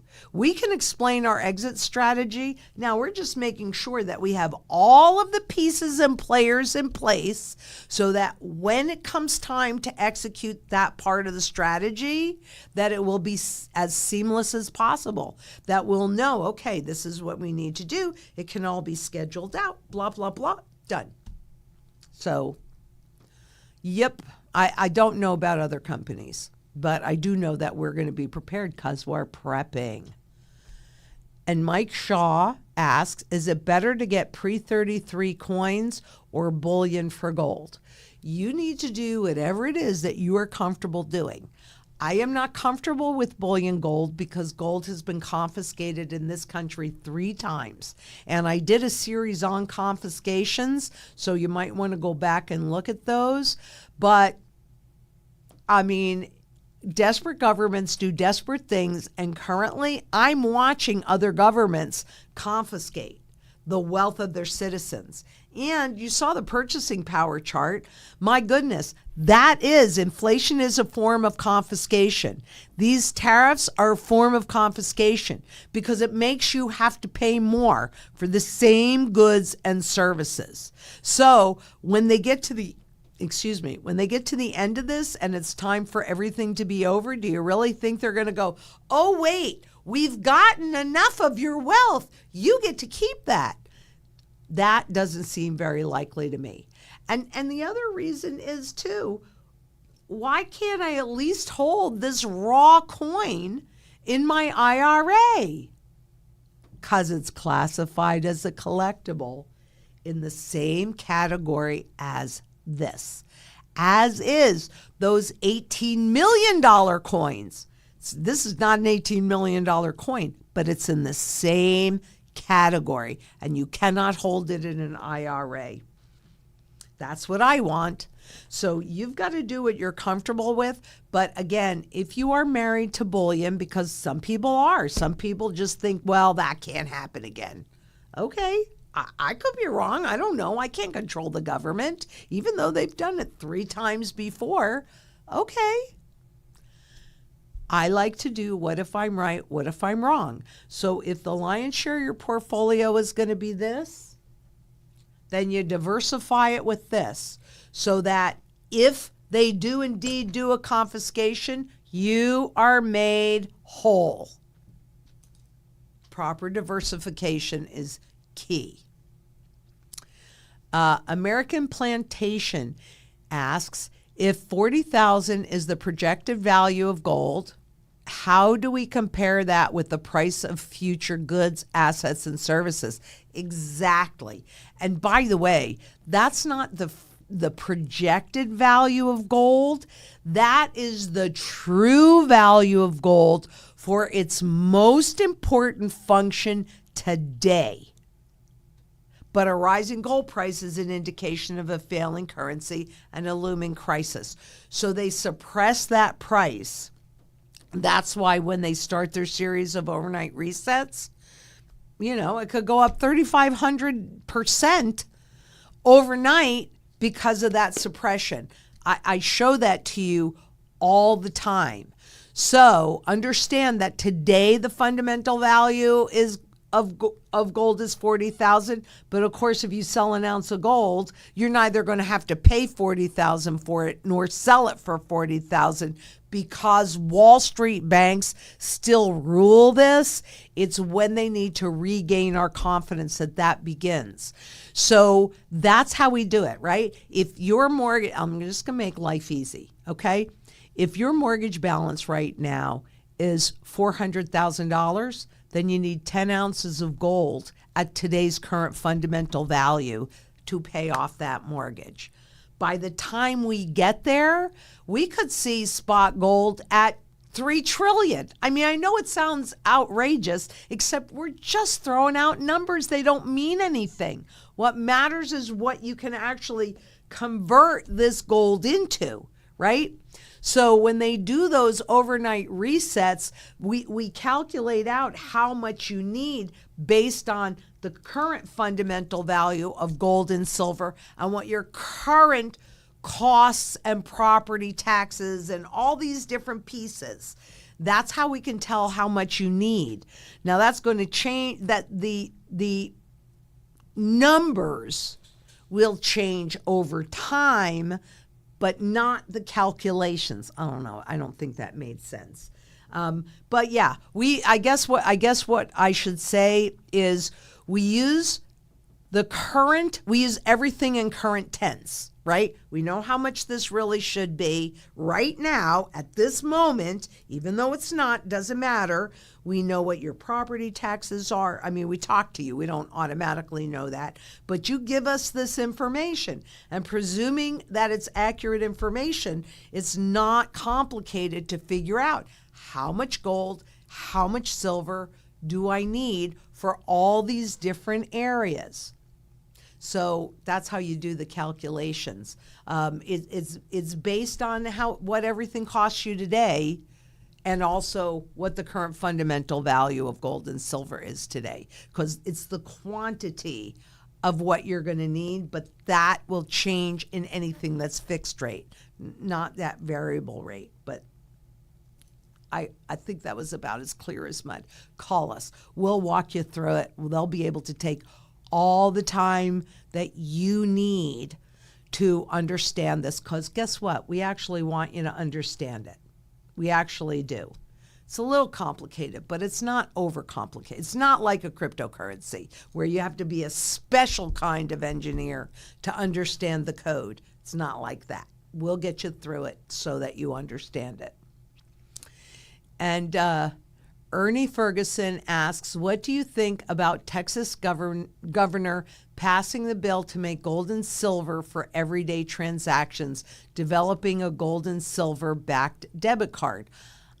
I love it. I love it. This is the hope. Because if we can get enough states to participate, that puts pressure on the federal government. And since President Trump is, he loves his debt. He really does. He's a businessman. He loves his debt. But like I said earlier, he also understands gold a little bit more, and he has accepted gold for payment of other people's debt to him. So I think we've got a shot. But yeah, I like it. We've got to get, I just did a video with Diaz, and do we know when that's going out? Do we have that scheduled yet? We have it scheduled, I think it's next week. Okay. So, I just did a video with Daniel Diaz. We're talking about the laws, the gold and silver laws in different states. And that could answer more of your questions. That'll be out next week, so make sure that you watch that. And Sandy Anderson asks, will gold still be overvalued or have a very high value after the last reset, in case we don't spend it all on income-producing assets and secure something for later in life or for the grandchildren? Everything, the way tangible assets move is like this: from undervaluation to fair valuation to overvaluation to fair valuation to undervaluation. So it's in a constant figure 8, the movement of hard assets, not intangible assets. They can go to zero, but hard assets like gold. So yes, gold will always maintain your purchasing power. So on the other side of this reset, it is not my intention to convert every piece of gold and silver that I have into the new system. That's not my personal goal. Or even convert all the gold and silver I have into income producing assets. Because remember, for me personally, you could have a different goal.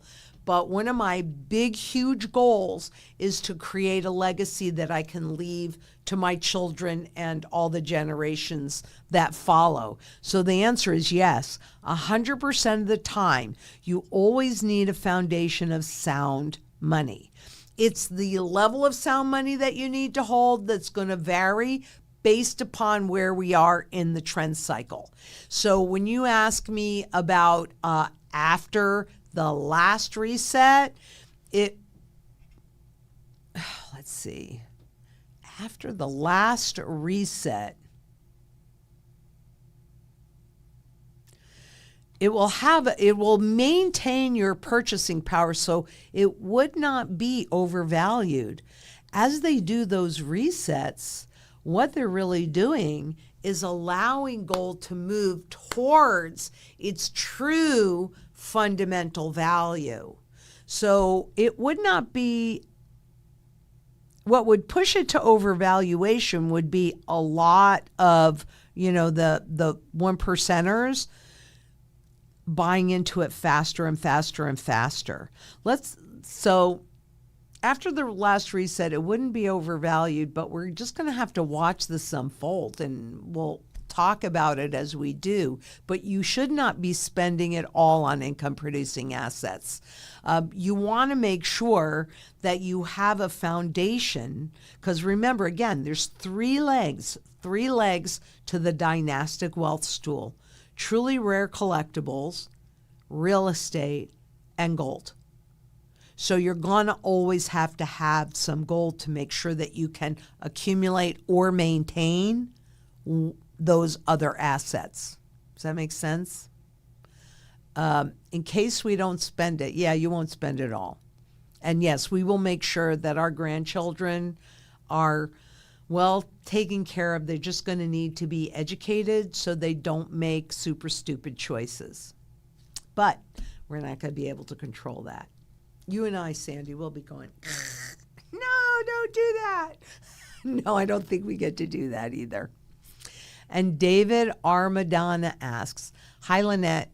In a place like Canada where capital gains apply, how does one convert into currency if need be without getting screwed, or converting silver to gold or vice versa. Any thoughts? I do have a few thoughts on that. Number one, that is one of the tools that governments and central banks use to keep you away from gold. So even in the U.S., there's a pretty substantial capital gains tax or tax on gold. Not at the state level. This is why that work is so important, because there should not be, it's money. You should not be taxing money. Of course, you could say inflation is a tax on money as well. So let's see. But even if, I don't know what your levels are there, but I know in the US it's at 28%, right? Well, at least I get to keep the other 32% of my wealth, even if I have to pay this tax over here. And remember, the strategy is designed to recoup those taxes because we're aware of it. So I would say the same thing would apply in Canada or wherever else you live in the world, and not let it keep you away, because you know what the tax is on this stuff? It's 100%. That's what the tax is on this. So yeah, I'll pay 28% to avoid paying 100%, because you've got to have some principle to work with in order to recoup everything else. So yeah, I mean, or converting silver to gold or vice versa. Silver and gold are not like products, so it's a little bit more challenging. But again, I will let you keep in mind the fact that I would rather have 72% of something than 100% of nothing. So at this point, we have to deal with what we have to deal with. Get involved. Let's work on getting sound money back on the system, because then it would not have a federal tax either. And the rest of the states would come along as well. But we're going to have to do that. We're going to have to look in the mirror and go, if not me, who? And if not now, when? Because it's you and it's now. And we all have to come together to make this happen for all the generations to come. And we've got a shot. I do believe we've got a really good shot. And Stephen Brewster asked, government here in the UK asking people to prep, i.e. stock up for potential war. People saying it's really in case of civil unrest due to increasing cost of living and angry at the system. Wow. Yep. Yeah. Hungry and hopeless people, like hungry and hopeless governments, they make choices they would not otherwise make. So, yeah, I think that it is really more about the civil unrest. I agree with you.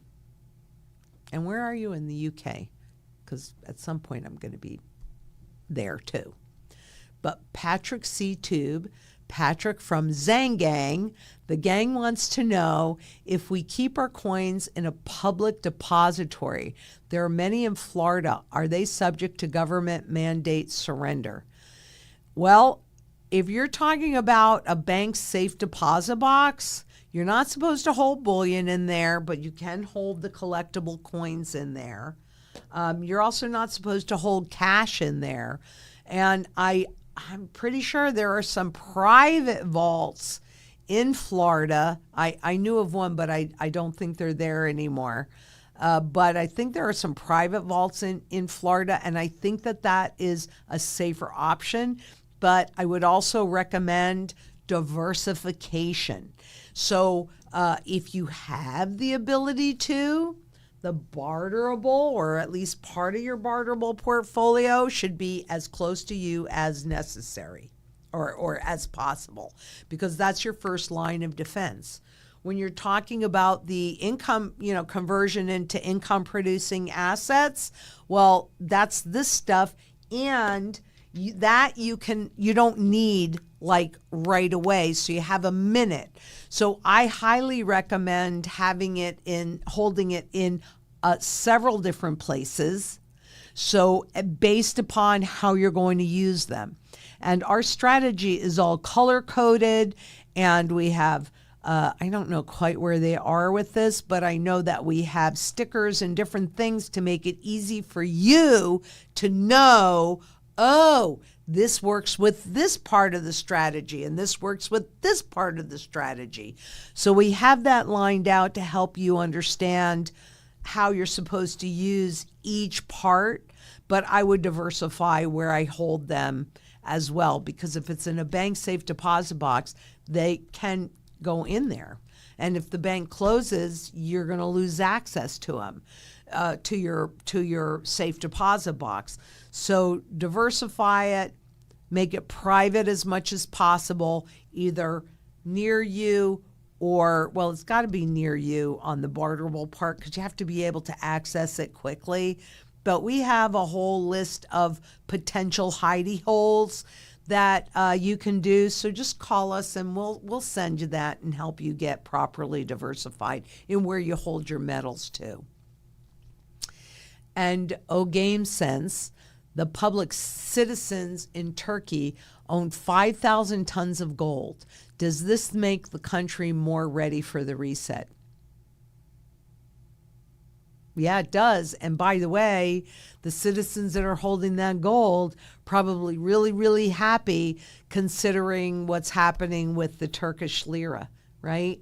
It's protecting them against even what their government is doing. But certainly on the global stage, yes, it will definitely make you much more ready for the reset. That's already underway. This isn't something that I'm waiting to happen. It's already underway. And Deja Vu asks, is it a mistake taking out gold from packaging to set in jewelry? Well, first of all, I'm not sure. If you're talking about something that's slabbed like this, then the answer is yes. It is a huge mistake to unslab it. If you want to make jewelry, which is a great idea, by the way, then what you want is frankly jewelry quality coins, which are like the cheapest, because these things are meant to be worn and thrown around. Here, I happen to wear my travel bracelet with my three little pieces of bullion on it.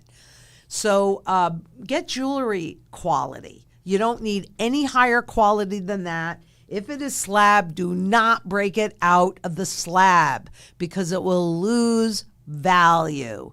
Just buy the right value to begin with. It's the cheapest way to buy it anyway because it doesn't matter what the condition is. And ask Dr. Bonnie, do you have any thoughts on cashing in my Iraqi dinar, IQD? I've had it for 15 years. I don't really know where you would cash that in. I know that people bought it thinking that they would revalue it upward, but historically, that it's never even happened once. Not ever. Because there's no way that any government is going to allow that level of outflow from their country in terms of wealth. They're just not going to allow it. So I really don't know how to answer that. I'm sorry. And Ron Deputy asks, can you put your cash in money market more safer? No, money market is not more safe because that is the global plumbing of the financial system. And when you put your money in a money market, I mean, maybe a short-term government money market, but a standard money market, no, that's in like commercial paper, corporate paper, different things. And remember, it broke the buck. The money market was the one that broke the buck in 2008. And what that means is money markets are designed to get you to think just what you're thinking up there. Cash in a money market because it's safer, because you're in at $1 and you're out at $1 and it pays you a little pickup in interest. But it isn't safer because what they convert your money into is not safe. That's the problem. So, but it's designed for you to put $1 in and take $1 out. They don't want you to see that if you put $1 in, you might only get 95 cents back, or you might get 50 cents back, or something like that. So what they've done is change money market laws, making it harder and harder and harder to actually get your money out when there is a crisis. On a day-to-day basis, it'll seem safe, but if too many people try to pull their money out at the same time, you're going to find that there are ginormous fees and also what they call gates. In other words, you will lose your ability to be able to liquidate those funds. No, it's not safer. No, it's definitely not safer. And Ben Van Asselberg asks, is silver better to hold than gold? Silver is better for barterability. So, you need strawberries, you want to put a gallon of gas in your car, smaller things. That's what silver's for. Gold, even the barterable gold, are for larger things like property taxes, or if you have a chronic illness and you want to make sure that you can always afford your medicines, so you should stock up. That makes sense for those medicines that can. And Morgan is setting up to do a medicinal garden. So we will be showing you that on the new site at some point in the very near future, as we've been talking about. But gold is used for certain parts of the strategy, silver for other parts of the strategy, and that's why you sit down and have that conversation. And you discuss what your goals are first and what your circumstances are, because we want to make sure everything is covered properly. So you need a combination. I can't say one is better to hold than the other.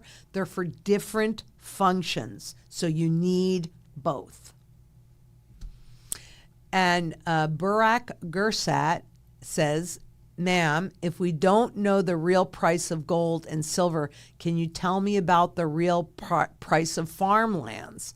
That is a great question, because farmlands have certainly been driven up, and they would be technically classified as overvalued right now.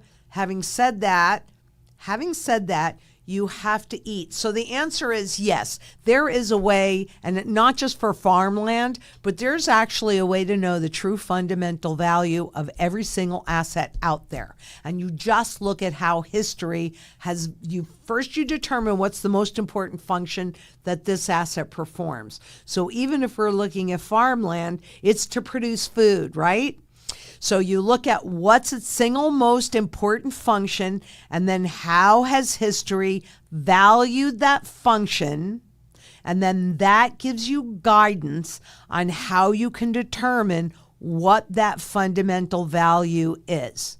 And I talk about this because it is critically important for you to understand, no matter what choices you're making, what's the true value. That's the only way that you know if something's undervalued, fairly valued, or overvalued. Therefore, should I buy it? Should I hold it? Should I liquidate it? Now, having said that, and considering the strategy that we are executing with the mortgages, depending upon what your goals are and your circumstances, it could make some level of sense to, I don't know if you're thinking about buying farmland, but to buy the farmland and you offset that mortgage so that you're repaying that mortgage with dollars, or wherever you are in the world, whatever the local currency is, you're paying it off with that currency that has zero value. So everybody's circumstances are different. But that's why you need to start with a conversation, and you need to be honest so that we understand what you're trying to accomplish, and then can help you make choices that puts your best interest first. So yeah, the overall price in terms of dollars or euros or wherever you happen to be, it might appear to be overvalued. However, there is even a strategy for that, because you got to eat, right?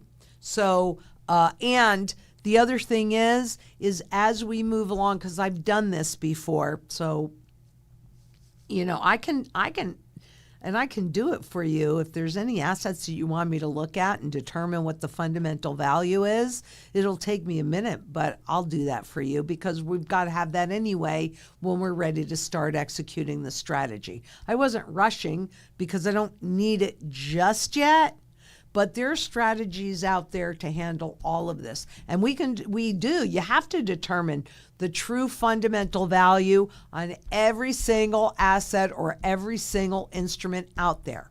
If it is purely fiat, then you just use the purchasing power. That's the real trend on that. Farmland is different because what does it do? It feeds people. So depending upon the farm and the circumstances, et cetera, but we can help you come to that, and we will be doing that for every single asset out there. We will be doing that because everybody's circumstances are different as well.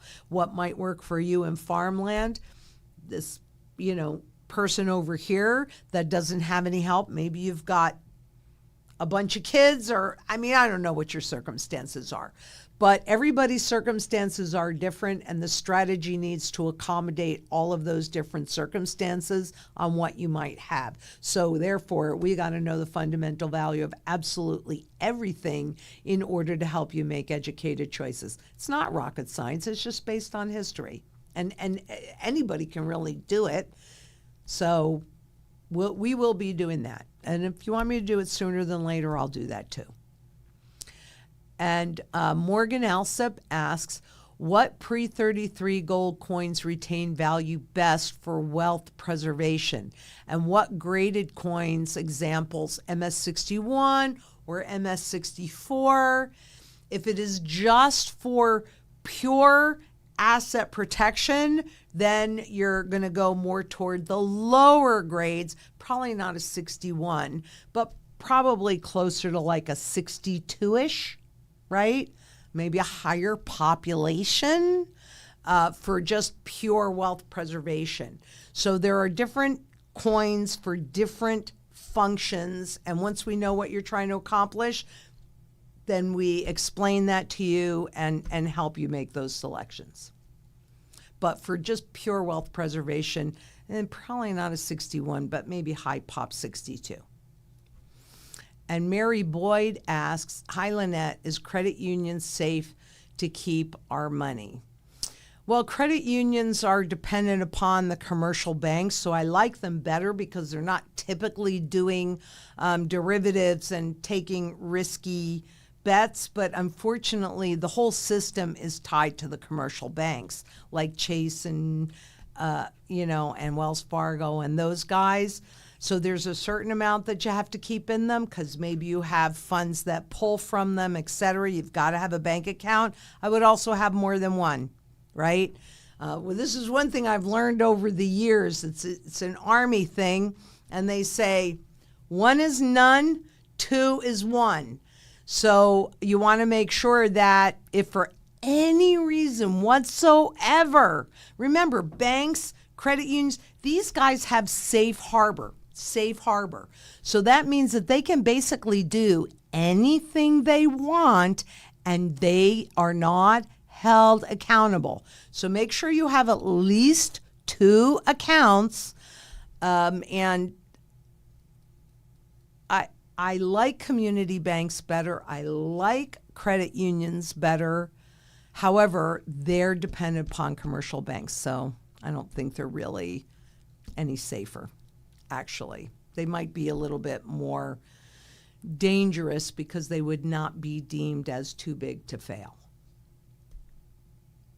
One thing I like about credit unions, because I used to work at a credit union, is that the board of directors, I guess I don't know enough about the banks, but every year credit unions have a meeting where they elect like the board of directors. And so the membership of the credit union casts votes. And so these people have to get up and they have to do, a speech. Oh, this is my experience. And so like there is a level of accountability, right, to the membership of the credit union. But that being said, also like the NCUA is like their insurance. So it's like for a bank, they have the FDIC. It's all still federal insured stuff. And so if the federal government's circling the drain, your money is no less in danger than if you were at a bank. Yeah. So, and I worked in, going back to the question about the money markets, I worked in collections at a credit union. And if you had a judgment come through from the court, if it was in the money market, if it was in a share checking or savings, it didn't matter. Like that money was put on hold just like that. You couldn't touch it because it's a court order, and the bank and or They credit have union, to. they have to comply. So it's no more safe in a money market than if, It's actually riskier in a money market because of what it's invested in, but thank you for that, because that's, that's all true. So, yep. Hi, Tiger Stacker.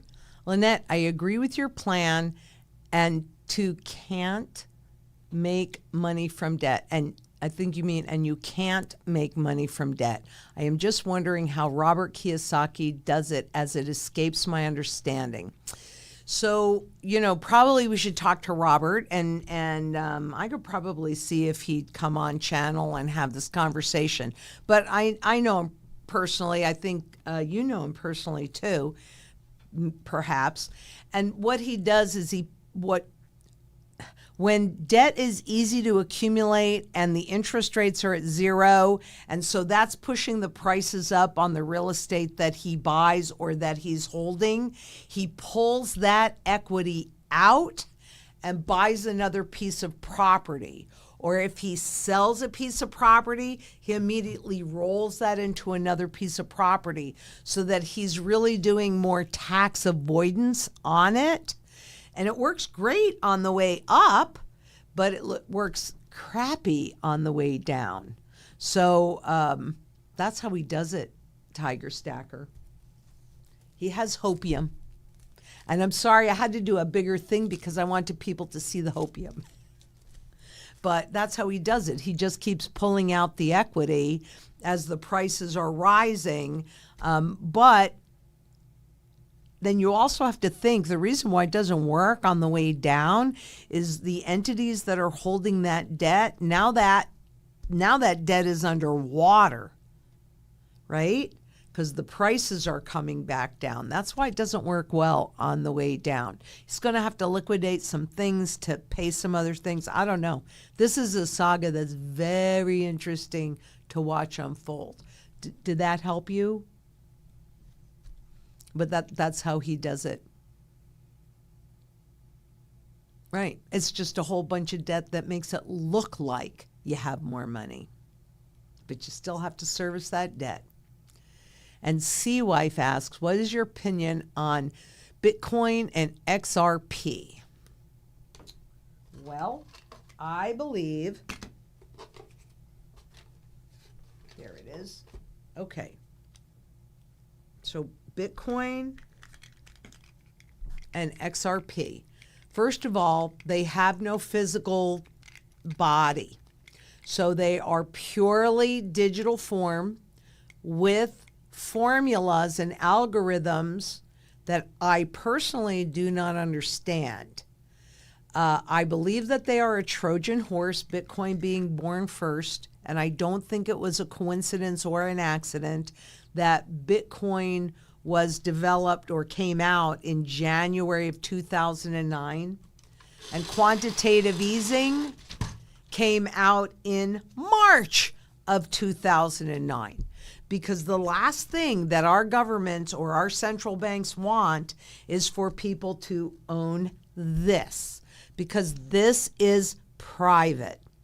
They want you to think that this is private because they want you to think that this is just like this. And do they not call it digital gold? It's not digital gold. I think it's a Trojan horse to get us used to the system and get enough adoption, which they have done. They've done that. Look at how long. It came out in 2009, and here we are in 2025. So we've had a lot of years with Bitcoin being around now. People have adopted it. XRP. It's integrated into the system, stablecoin legislation. So I personally believe that it is all about getting adoption to make that transition just like they did. I mean, it's true, just like they did with gold. But did you ever ask yourselves why in the world these digital coins are all either gold, silver, or platinum? Mostly gold, more than anything else, right? How do they do it? Super simple. Starts with this $20 gold coin. How inconvenient, how heavy, how annoying. You could just take this, and whenever you want this, just bring this into the bank and we'll give you this, no problem. Okay. And hey, this is $20. This is $20. And this Federal Reserve note is also $20. Look at how similar this looks to this, right? 20 years we ran with all three of these things. The gold coin, the 1 ounce gold coin, the $20 gold certificate, and the $20 Federal Reserve note. When they made gold ownership for the public illegal, these two things went away, but this one stayed. So that's how I think about Bitcoin. It is a Trojan horse to get adoption. And when the cash goes away, when this goes away, all you've got is this. Now what do? You're in the system. You're in the system. And once we're digital, guess where your pay goes? Immediately into the system. And what are they doing in the system? They talk about it. Negative rates are a choice.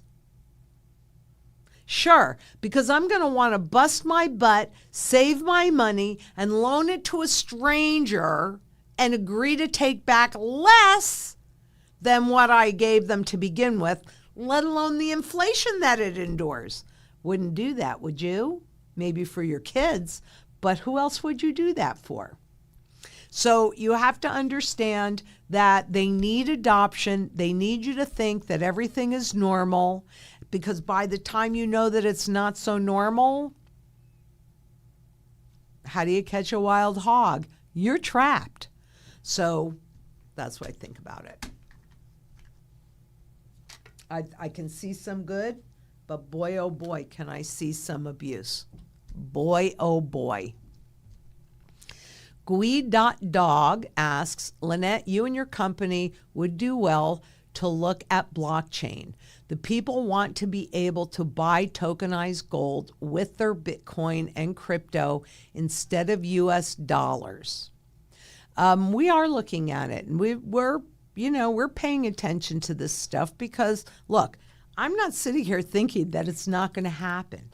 I'm not even sitting here thinking that there's any way that little old me can have any kind of influence, and that these they're not real. That the cryptocurrencies in any form they're not going away. I get that they are here to stay. However, still, you can convert them into dollars. So if the dollar goes away, what do you have? And those negative rates. So, there are advantages and disadvantages to absolutely everything. Everything.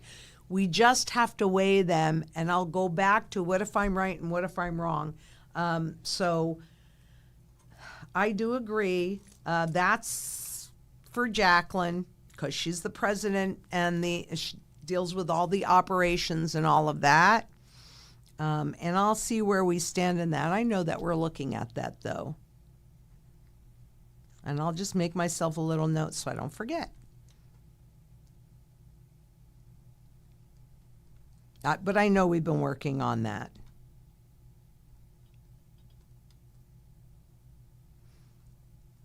And if she has a minute, she might even be watching.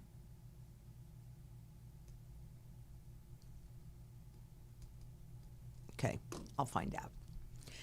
And Marcin Lucas, any form the metal takes is good. Gold brush handle, sterling silver toenail clippers, all good?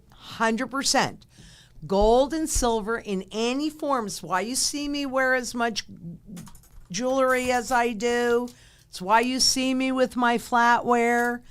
Gold and silver in any form is monetary at its base. Doesn't matter if it's broken or bent or tarnished or any of that. So yes, all good, Marcin. Marcin, I don't know if I'm pronouncing your name. And also, isn't the reset happening now? Yep. And has been happening for years? Yep. Slowly over time, we're the frogs in the hot water being boiled over time, so it's normal. 100%. Actually, going back and thinking about that purchasing power chart, yep. The reset has been happening since 1913. It is speeding up because we're at the end of this currency's life cycle, but absolutely 100%. Yep, that is an absolutely accurate statement. The reset, inflation is resetting. What is a reset? It resets the visible value of the money. So if it keeps costing you more and more to buy the same goods and services, 100%. Thank you for bringing that up. Don't be a frog. Jump out of that pot. Have the physical gold and silver in your possession. And Stephen Brewster asks, Lynette, you always advise food, energy, water, barterability, and so on. I'd also say try to find money-making ideas now and learn things like AI to try to future-proof yourself. You probably advised this. Actually, I think everybody, you can't bury your head in the sand. That's why when we have people that come into these live chats that have a different perspective and people will get all upset, I like to think that I can learn from absolutely every single person that I encounter. We have to understand what everybody's perception is so that we can either help them see our point of view, but that also starts with trying to understand their point of view. Where everybody gets into trouble is when they get so darn dogmatic that there's no room for anything else. And then it's that divide and conquer thing. Because if we're fighting amongst ourselves, then we're not paying attention to what those in power are doing because we're busy pointing a finger. So I do agree with you, Stephen. We should all be learning new skills. And I'm doing my best. I'm not putting my head in the sand and saying, la, la, la, la, la, I don't want this, so it's not going to happen. I don't want this, so it's not going to happen. I see it happening. I want something different to happen. I want sound money back in our system. Can be in a digital system, but it must be redeemable. So you take the best from the old system and maybe the best from the new system, and you see how you can marry them so that you get something that is more superior. And the only thing that would make our monetary system more superior is if the public had their power back, in my opinion.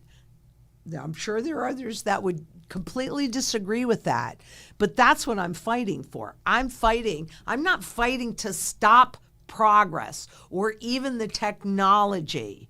I'm fighting to have people see what's happening and help make a difference that benefits and puts the public's best interest first. And that's a sound money system because we've seen what's happened when we gave our power away. We've seen that. Complete loss of purchasing power and slavery. And how many people out there have to work? And they said this when they were putting the system together. I mean, you read these documents and it's like, did they just say that? But they actually said when they were deciding on the system that if people have to work harder to maintain their current standard of living, they will have less time to pay attention to what we're doing. What? Yeah, because if you're working harder, you're not paying attention, you're not going in and pulling the gold out of the system. We allowed that to happen. Let's take our power back. And let's take the best of that world, because not everything was great in the olden days either, right? but let's take the best from that system, which is keeping your purchasing power intact and maintaining your freedom. And the individual being at the top of the heap, and the government's job is to support the individual. What a concept. That's what I want back in. So, yeah, I think there are definitely some advantages to blockchain, though I guess I'm in a generation where there are a couple of things that I also think should be maintained. And one thing is the discourse, right? If you're unhappy about something, at Zang Enterprises, you're talking to somebody that can make some decisions, but we always you have our ear. You have our ear. You're talking to a decision maker, or at least you're talking to somebody that has the power to do something and come to us, because we will always. Back in my day, I don't know how many of you remember this out there. I know some of you do. Eldon does, I'm sure. But if you were unhappy with something, you went to the owner when it was all mom and pops. They wanted to keep your business. They wanted to keep you happy. So you could speak to somebody that could help you. Today, you don't like something? Go ahead. Try and talk to somebody that can make a decision. Heck no, you're talking to somebody halfway around the world that doesn't even really speak your language, and they just keep repeating the same thing over and over again. Their job is to block you. Well, I think that I don't like that. I don't like that. I think that we need recourse, and that's the problem. All of our recourse has been taken away. Let's get that recourse back. Absolutely 100%. So, yeah. We are working very hard also on future-proofing ourselves, because we have to. You're always going to need us. You're always going to need us. So we're working on that very hard as well. And Eldon Elder asks, I saw a YouTube video where a man in the street offered people the choice between an ounce of silver and a big chocolate bar. People consistently choose the chocolate bar. Absolutely. And, it's interesting that you bring that up, and maybe there are some new people here that are listening that got a quarter card, because I realize I talk about gold and silver and sound money, but most people, and certainly anybody that was born after 1965, never had silver in their hands before, so they miss that concept. So if you see us, we probably will have these. We created these silver cards with a real silver quarter and a new quarter. And we show the difference. And we show the difference in the value in terms of fiat, so that we're starting to educate people, not just with words, but actually with actions. What a concept. Is it expensive? Mm-hmm. But not doing it is, in my opinion, a lot more expensive. We've got to build this global community and demand we get our rights back. We get our power back. And we can do that. We can do that. But we all need to work at it. One person can't do it. But altogether, we can make a positive difference. And I think, yeah, Eldon, I've seen those two. And we've kind of been playing with it. And we just need to help people understand and make a different choice.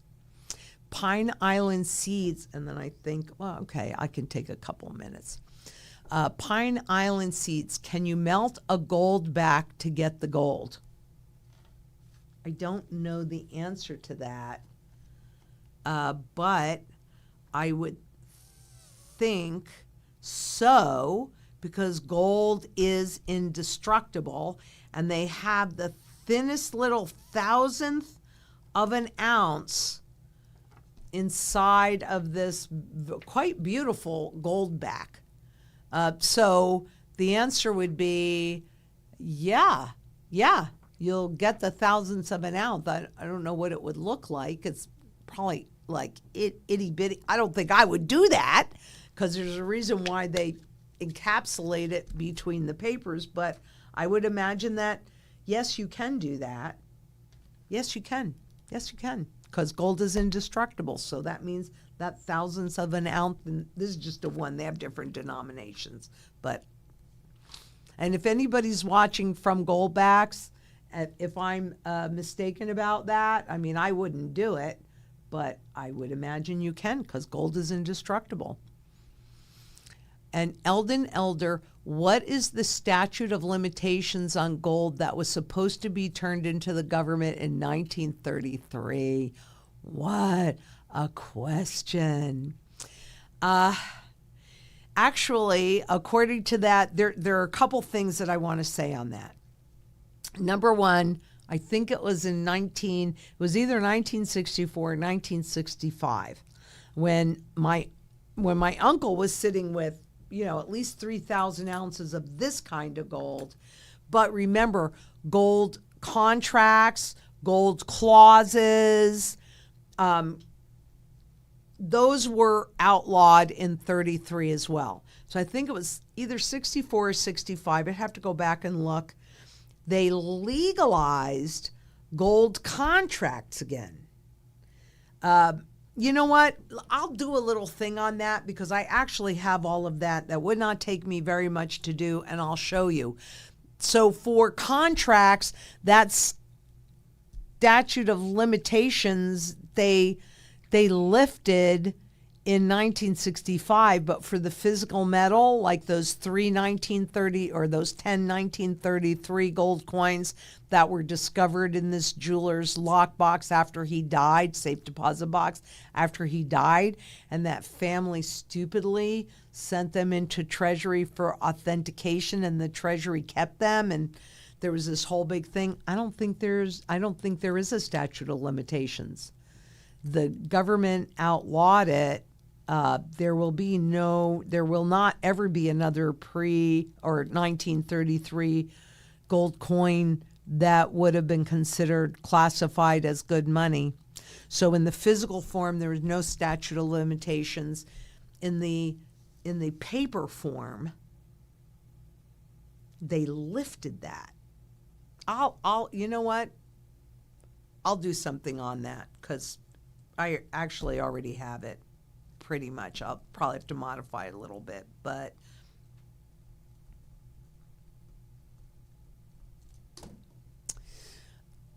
let's see. Yeah, but was illegally kept in. Yeah, there is no statute of limitations.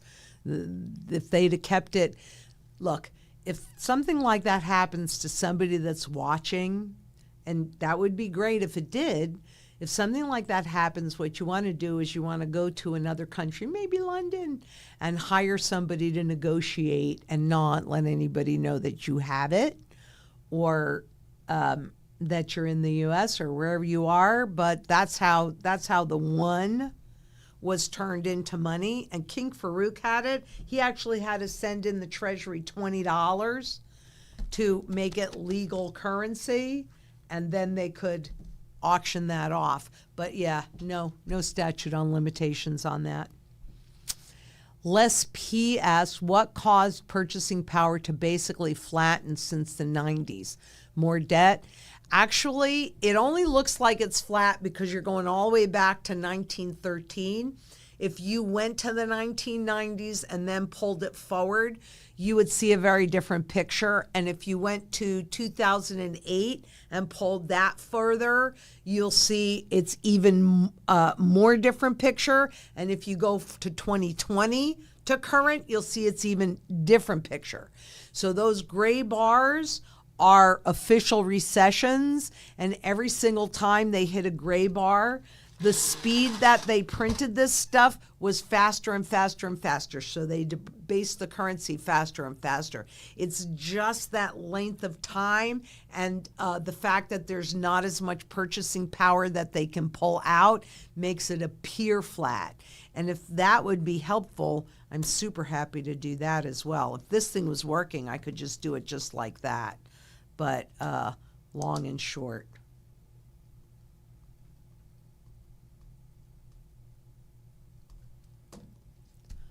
See, people used to say to me, they don't say it anymore, but they used to say, aren't you going to run out of things to talk about, Lynette? How can you do that? Never. There's so much to talk about. And best, so Les P, I'll do that. I'm not even going to count that as a piece, but I'll do that so you can see what I'm talking about. And Best Life asks, book recommendation to teach children about money, please. Well, the Tuttle twins are awesome. And because you're here, we have something else that we're working on that you're going to be able to use as well. But the Tuttle twins do a phenomenal job of that. So I suggest you check them out. In the clouds, will silver outperform gold? There are times when silver outperforms gold, but ultimately silver does not outperform gold because silver kind of straddles two worlds, the monetary world and the manufacturing world. So if the world goes into a depression, there's not going to be as much manufacturing, and so that'll pull the price of silver down, but it is the secondary monetary metal. So silver is more volatile. So there could be times when silver, for a moment or for a block of time, will outperform gold. But during a hyperinflationary or deflationary event, take your pick with either one. Historically and even currently, gold outperforms silver. I can't say that's 100% of the time, but it's about 99.4% of the time. So it's pretty darn close. But you need both. You need both. Silver really does maintain your ability to purchase the same goods and services, but gold expands it. I take it back to the food basket that went up, the BLS, something like 2,500%, and spot silver at the time that I pulled those numbers was up more than 3,000%. So it maintained your ability to buy the same goods and services, but same time frame, gold was up like over 13,000%. So it maintained your ability to buy the same goods and services, but it also expanded your ability to accumulate more wealth. So, and ask Dr. Bonnie, Lynette, in an IRA, if somebody continually makes $1,500 a week trading the wheel strategy with options, would you take the money out and sell us options and buy gold or keep on going? I would take it out and buy physical gold and say, thank you very much. Definitely, because options are, well, that's a derivative. It is a contract. And things can change very, very quickly. And if you don't hold it, you don't own it. So if you're doing that, take it out and buy gold and pay your taxes and say thank you very much. And Christian Roman, how much is constitutional silver per ounce? Same as spot silver. It's up just a little bit above spot silver. So like on that quarter card, I think that quarter, which is not, it's 90% silver. So you take spot, you go back 90%, but I think that coin cost us at the time $5.87, if I remember correctly, for a quarter.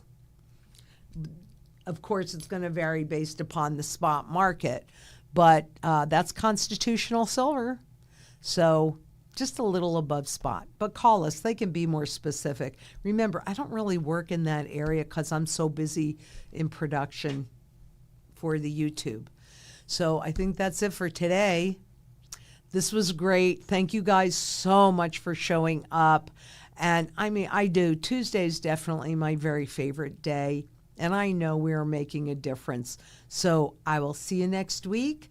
Come visit. We've got a bunch of great videos coming out. There's so much going on. Check out Emerald. She's doing a super job. And she may talk about the same topic that I just talked about, but she approaches it differently. And, you know, it takes a while to get this. Our goal is to help you make educated choices where you put your best interests first. And so everything that we do is about that.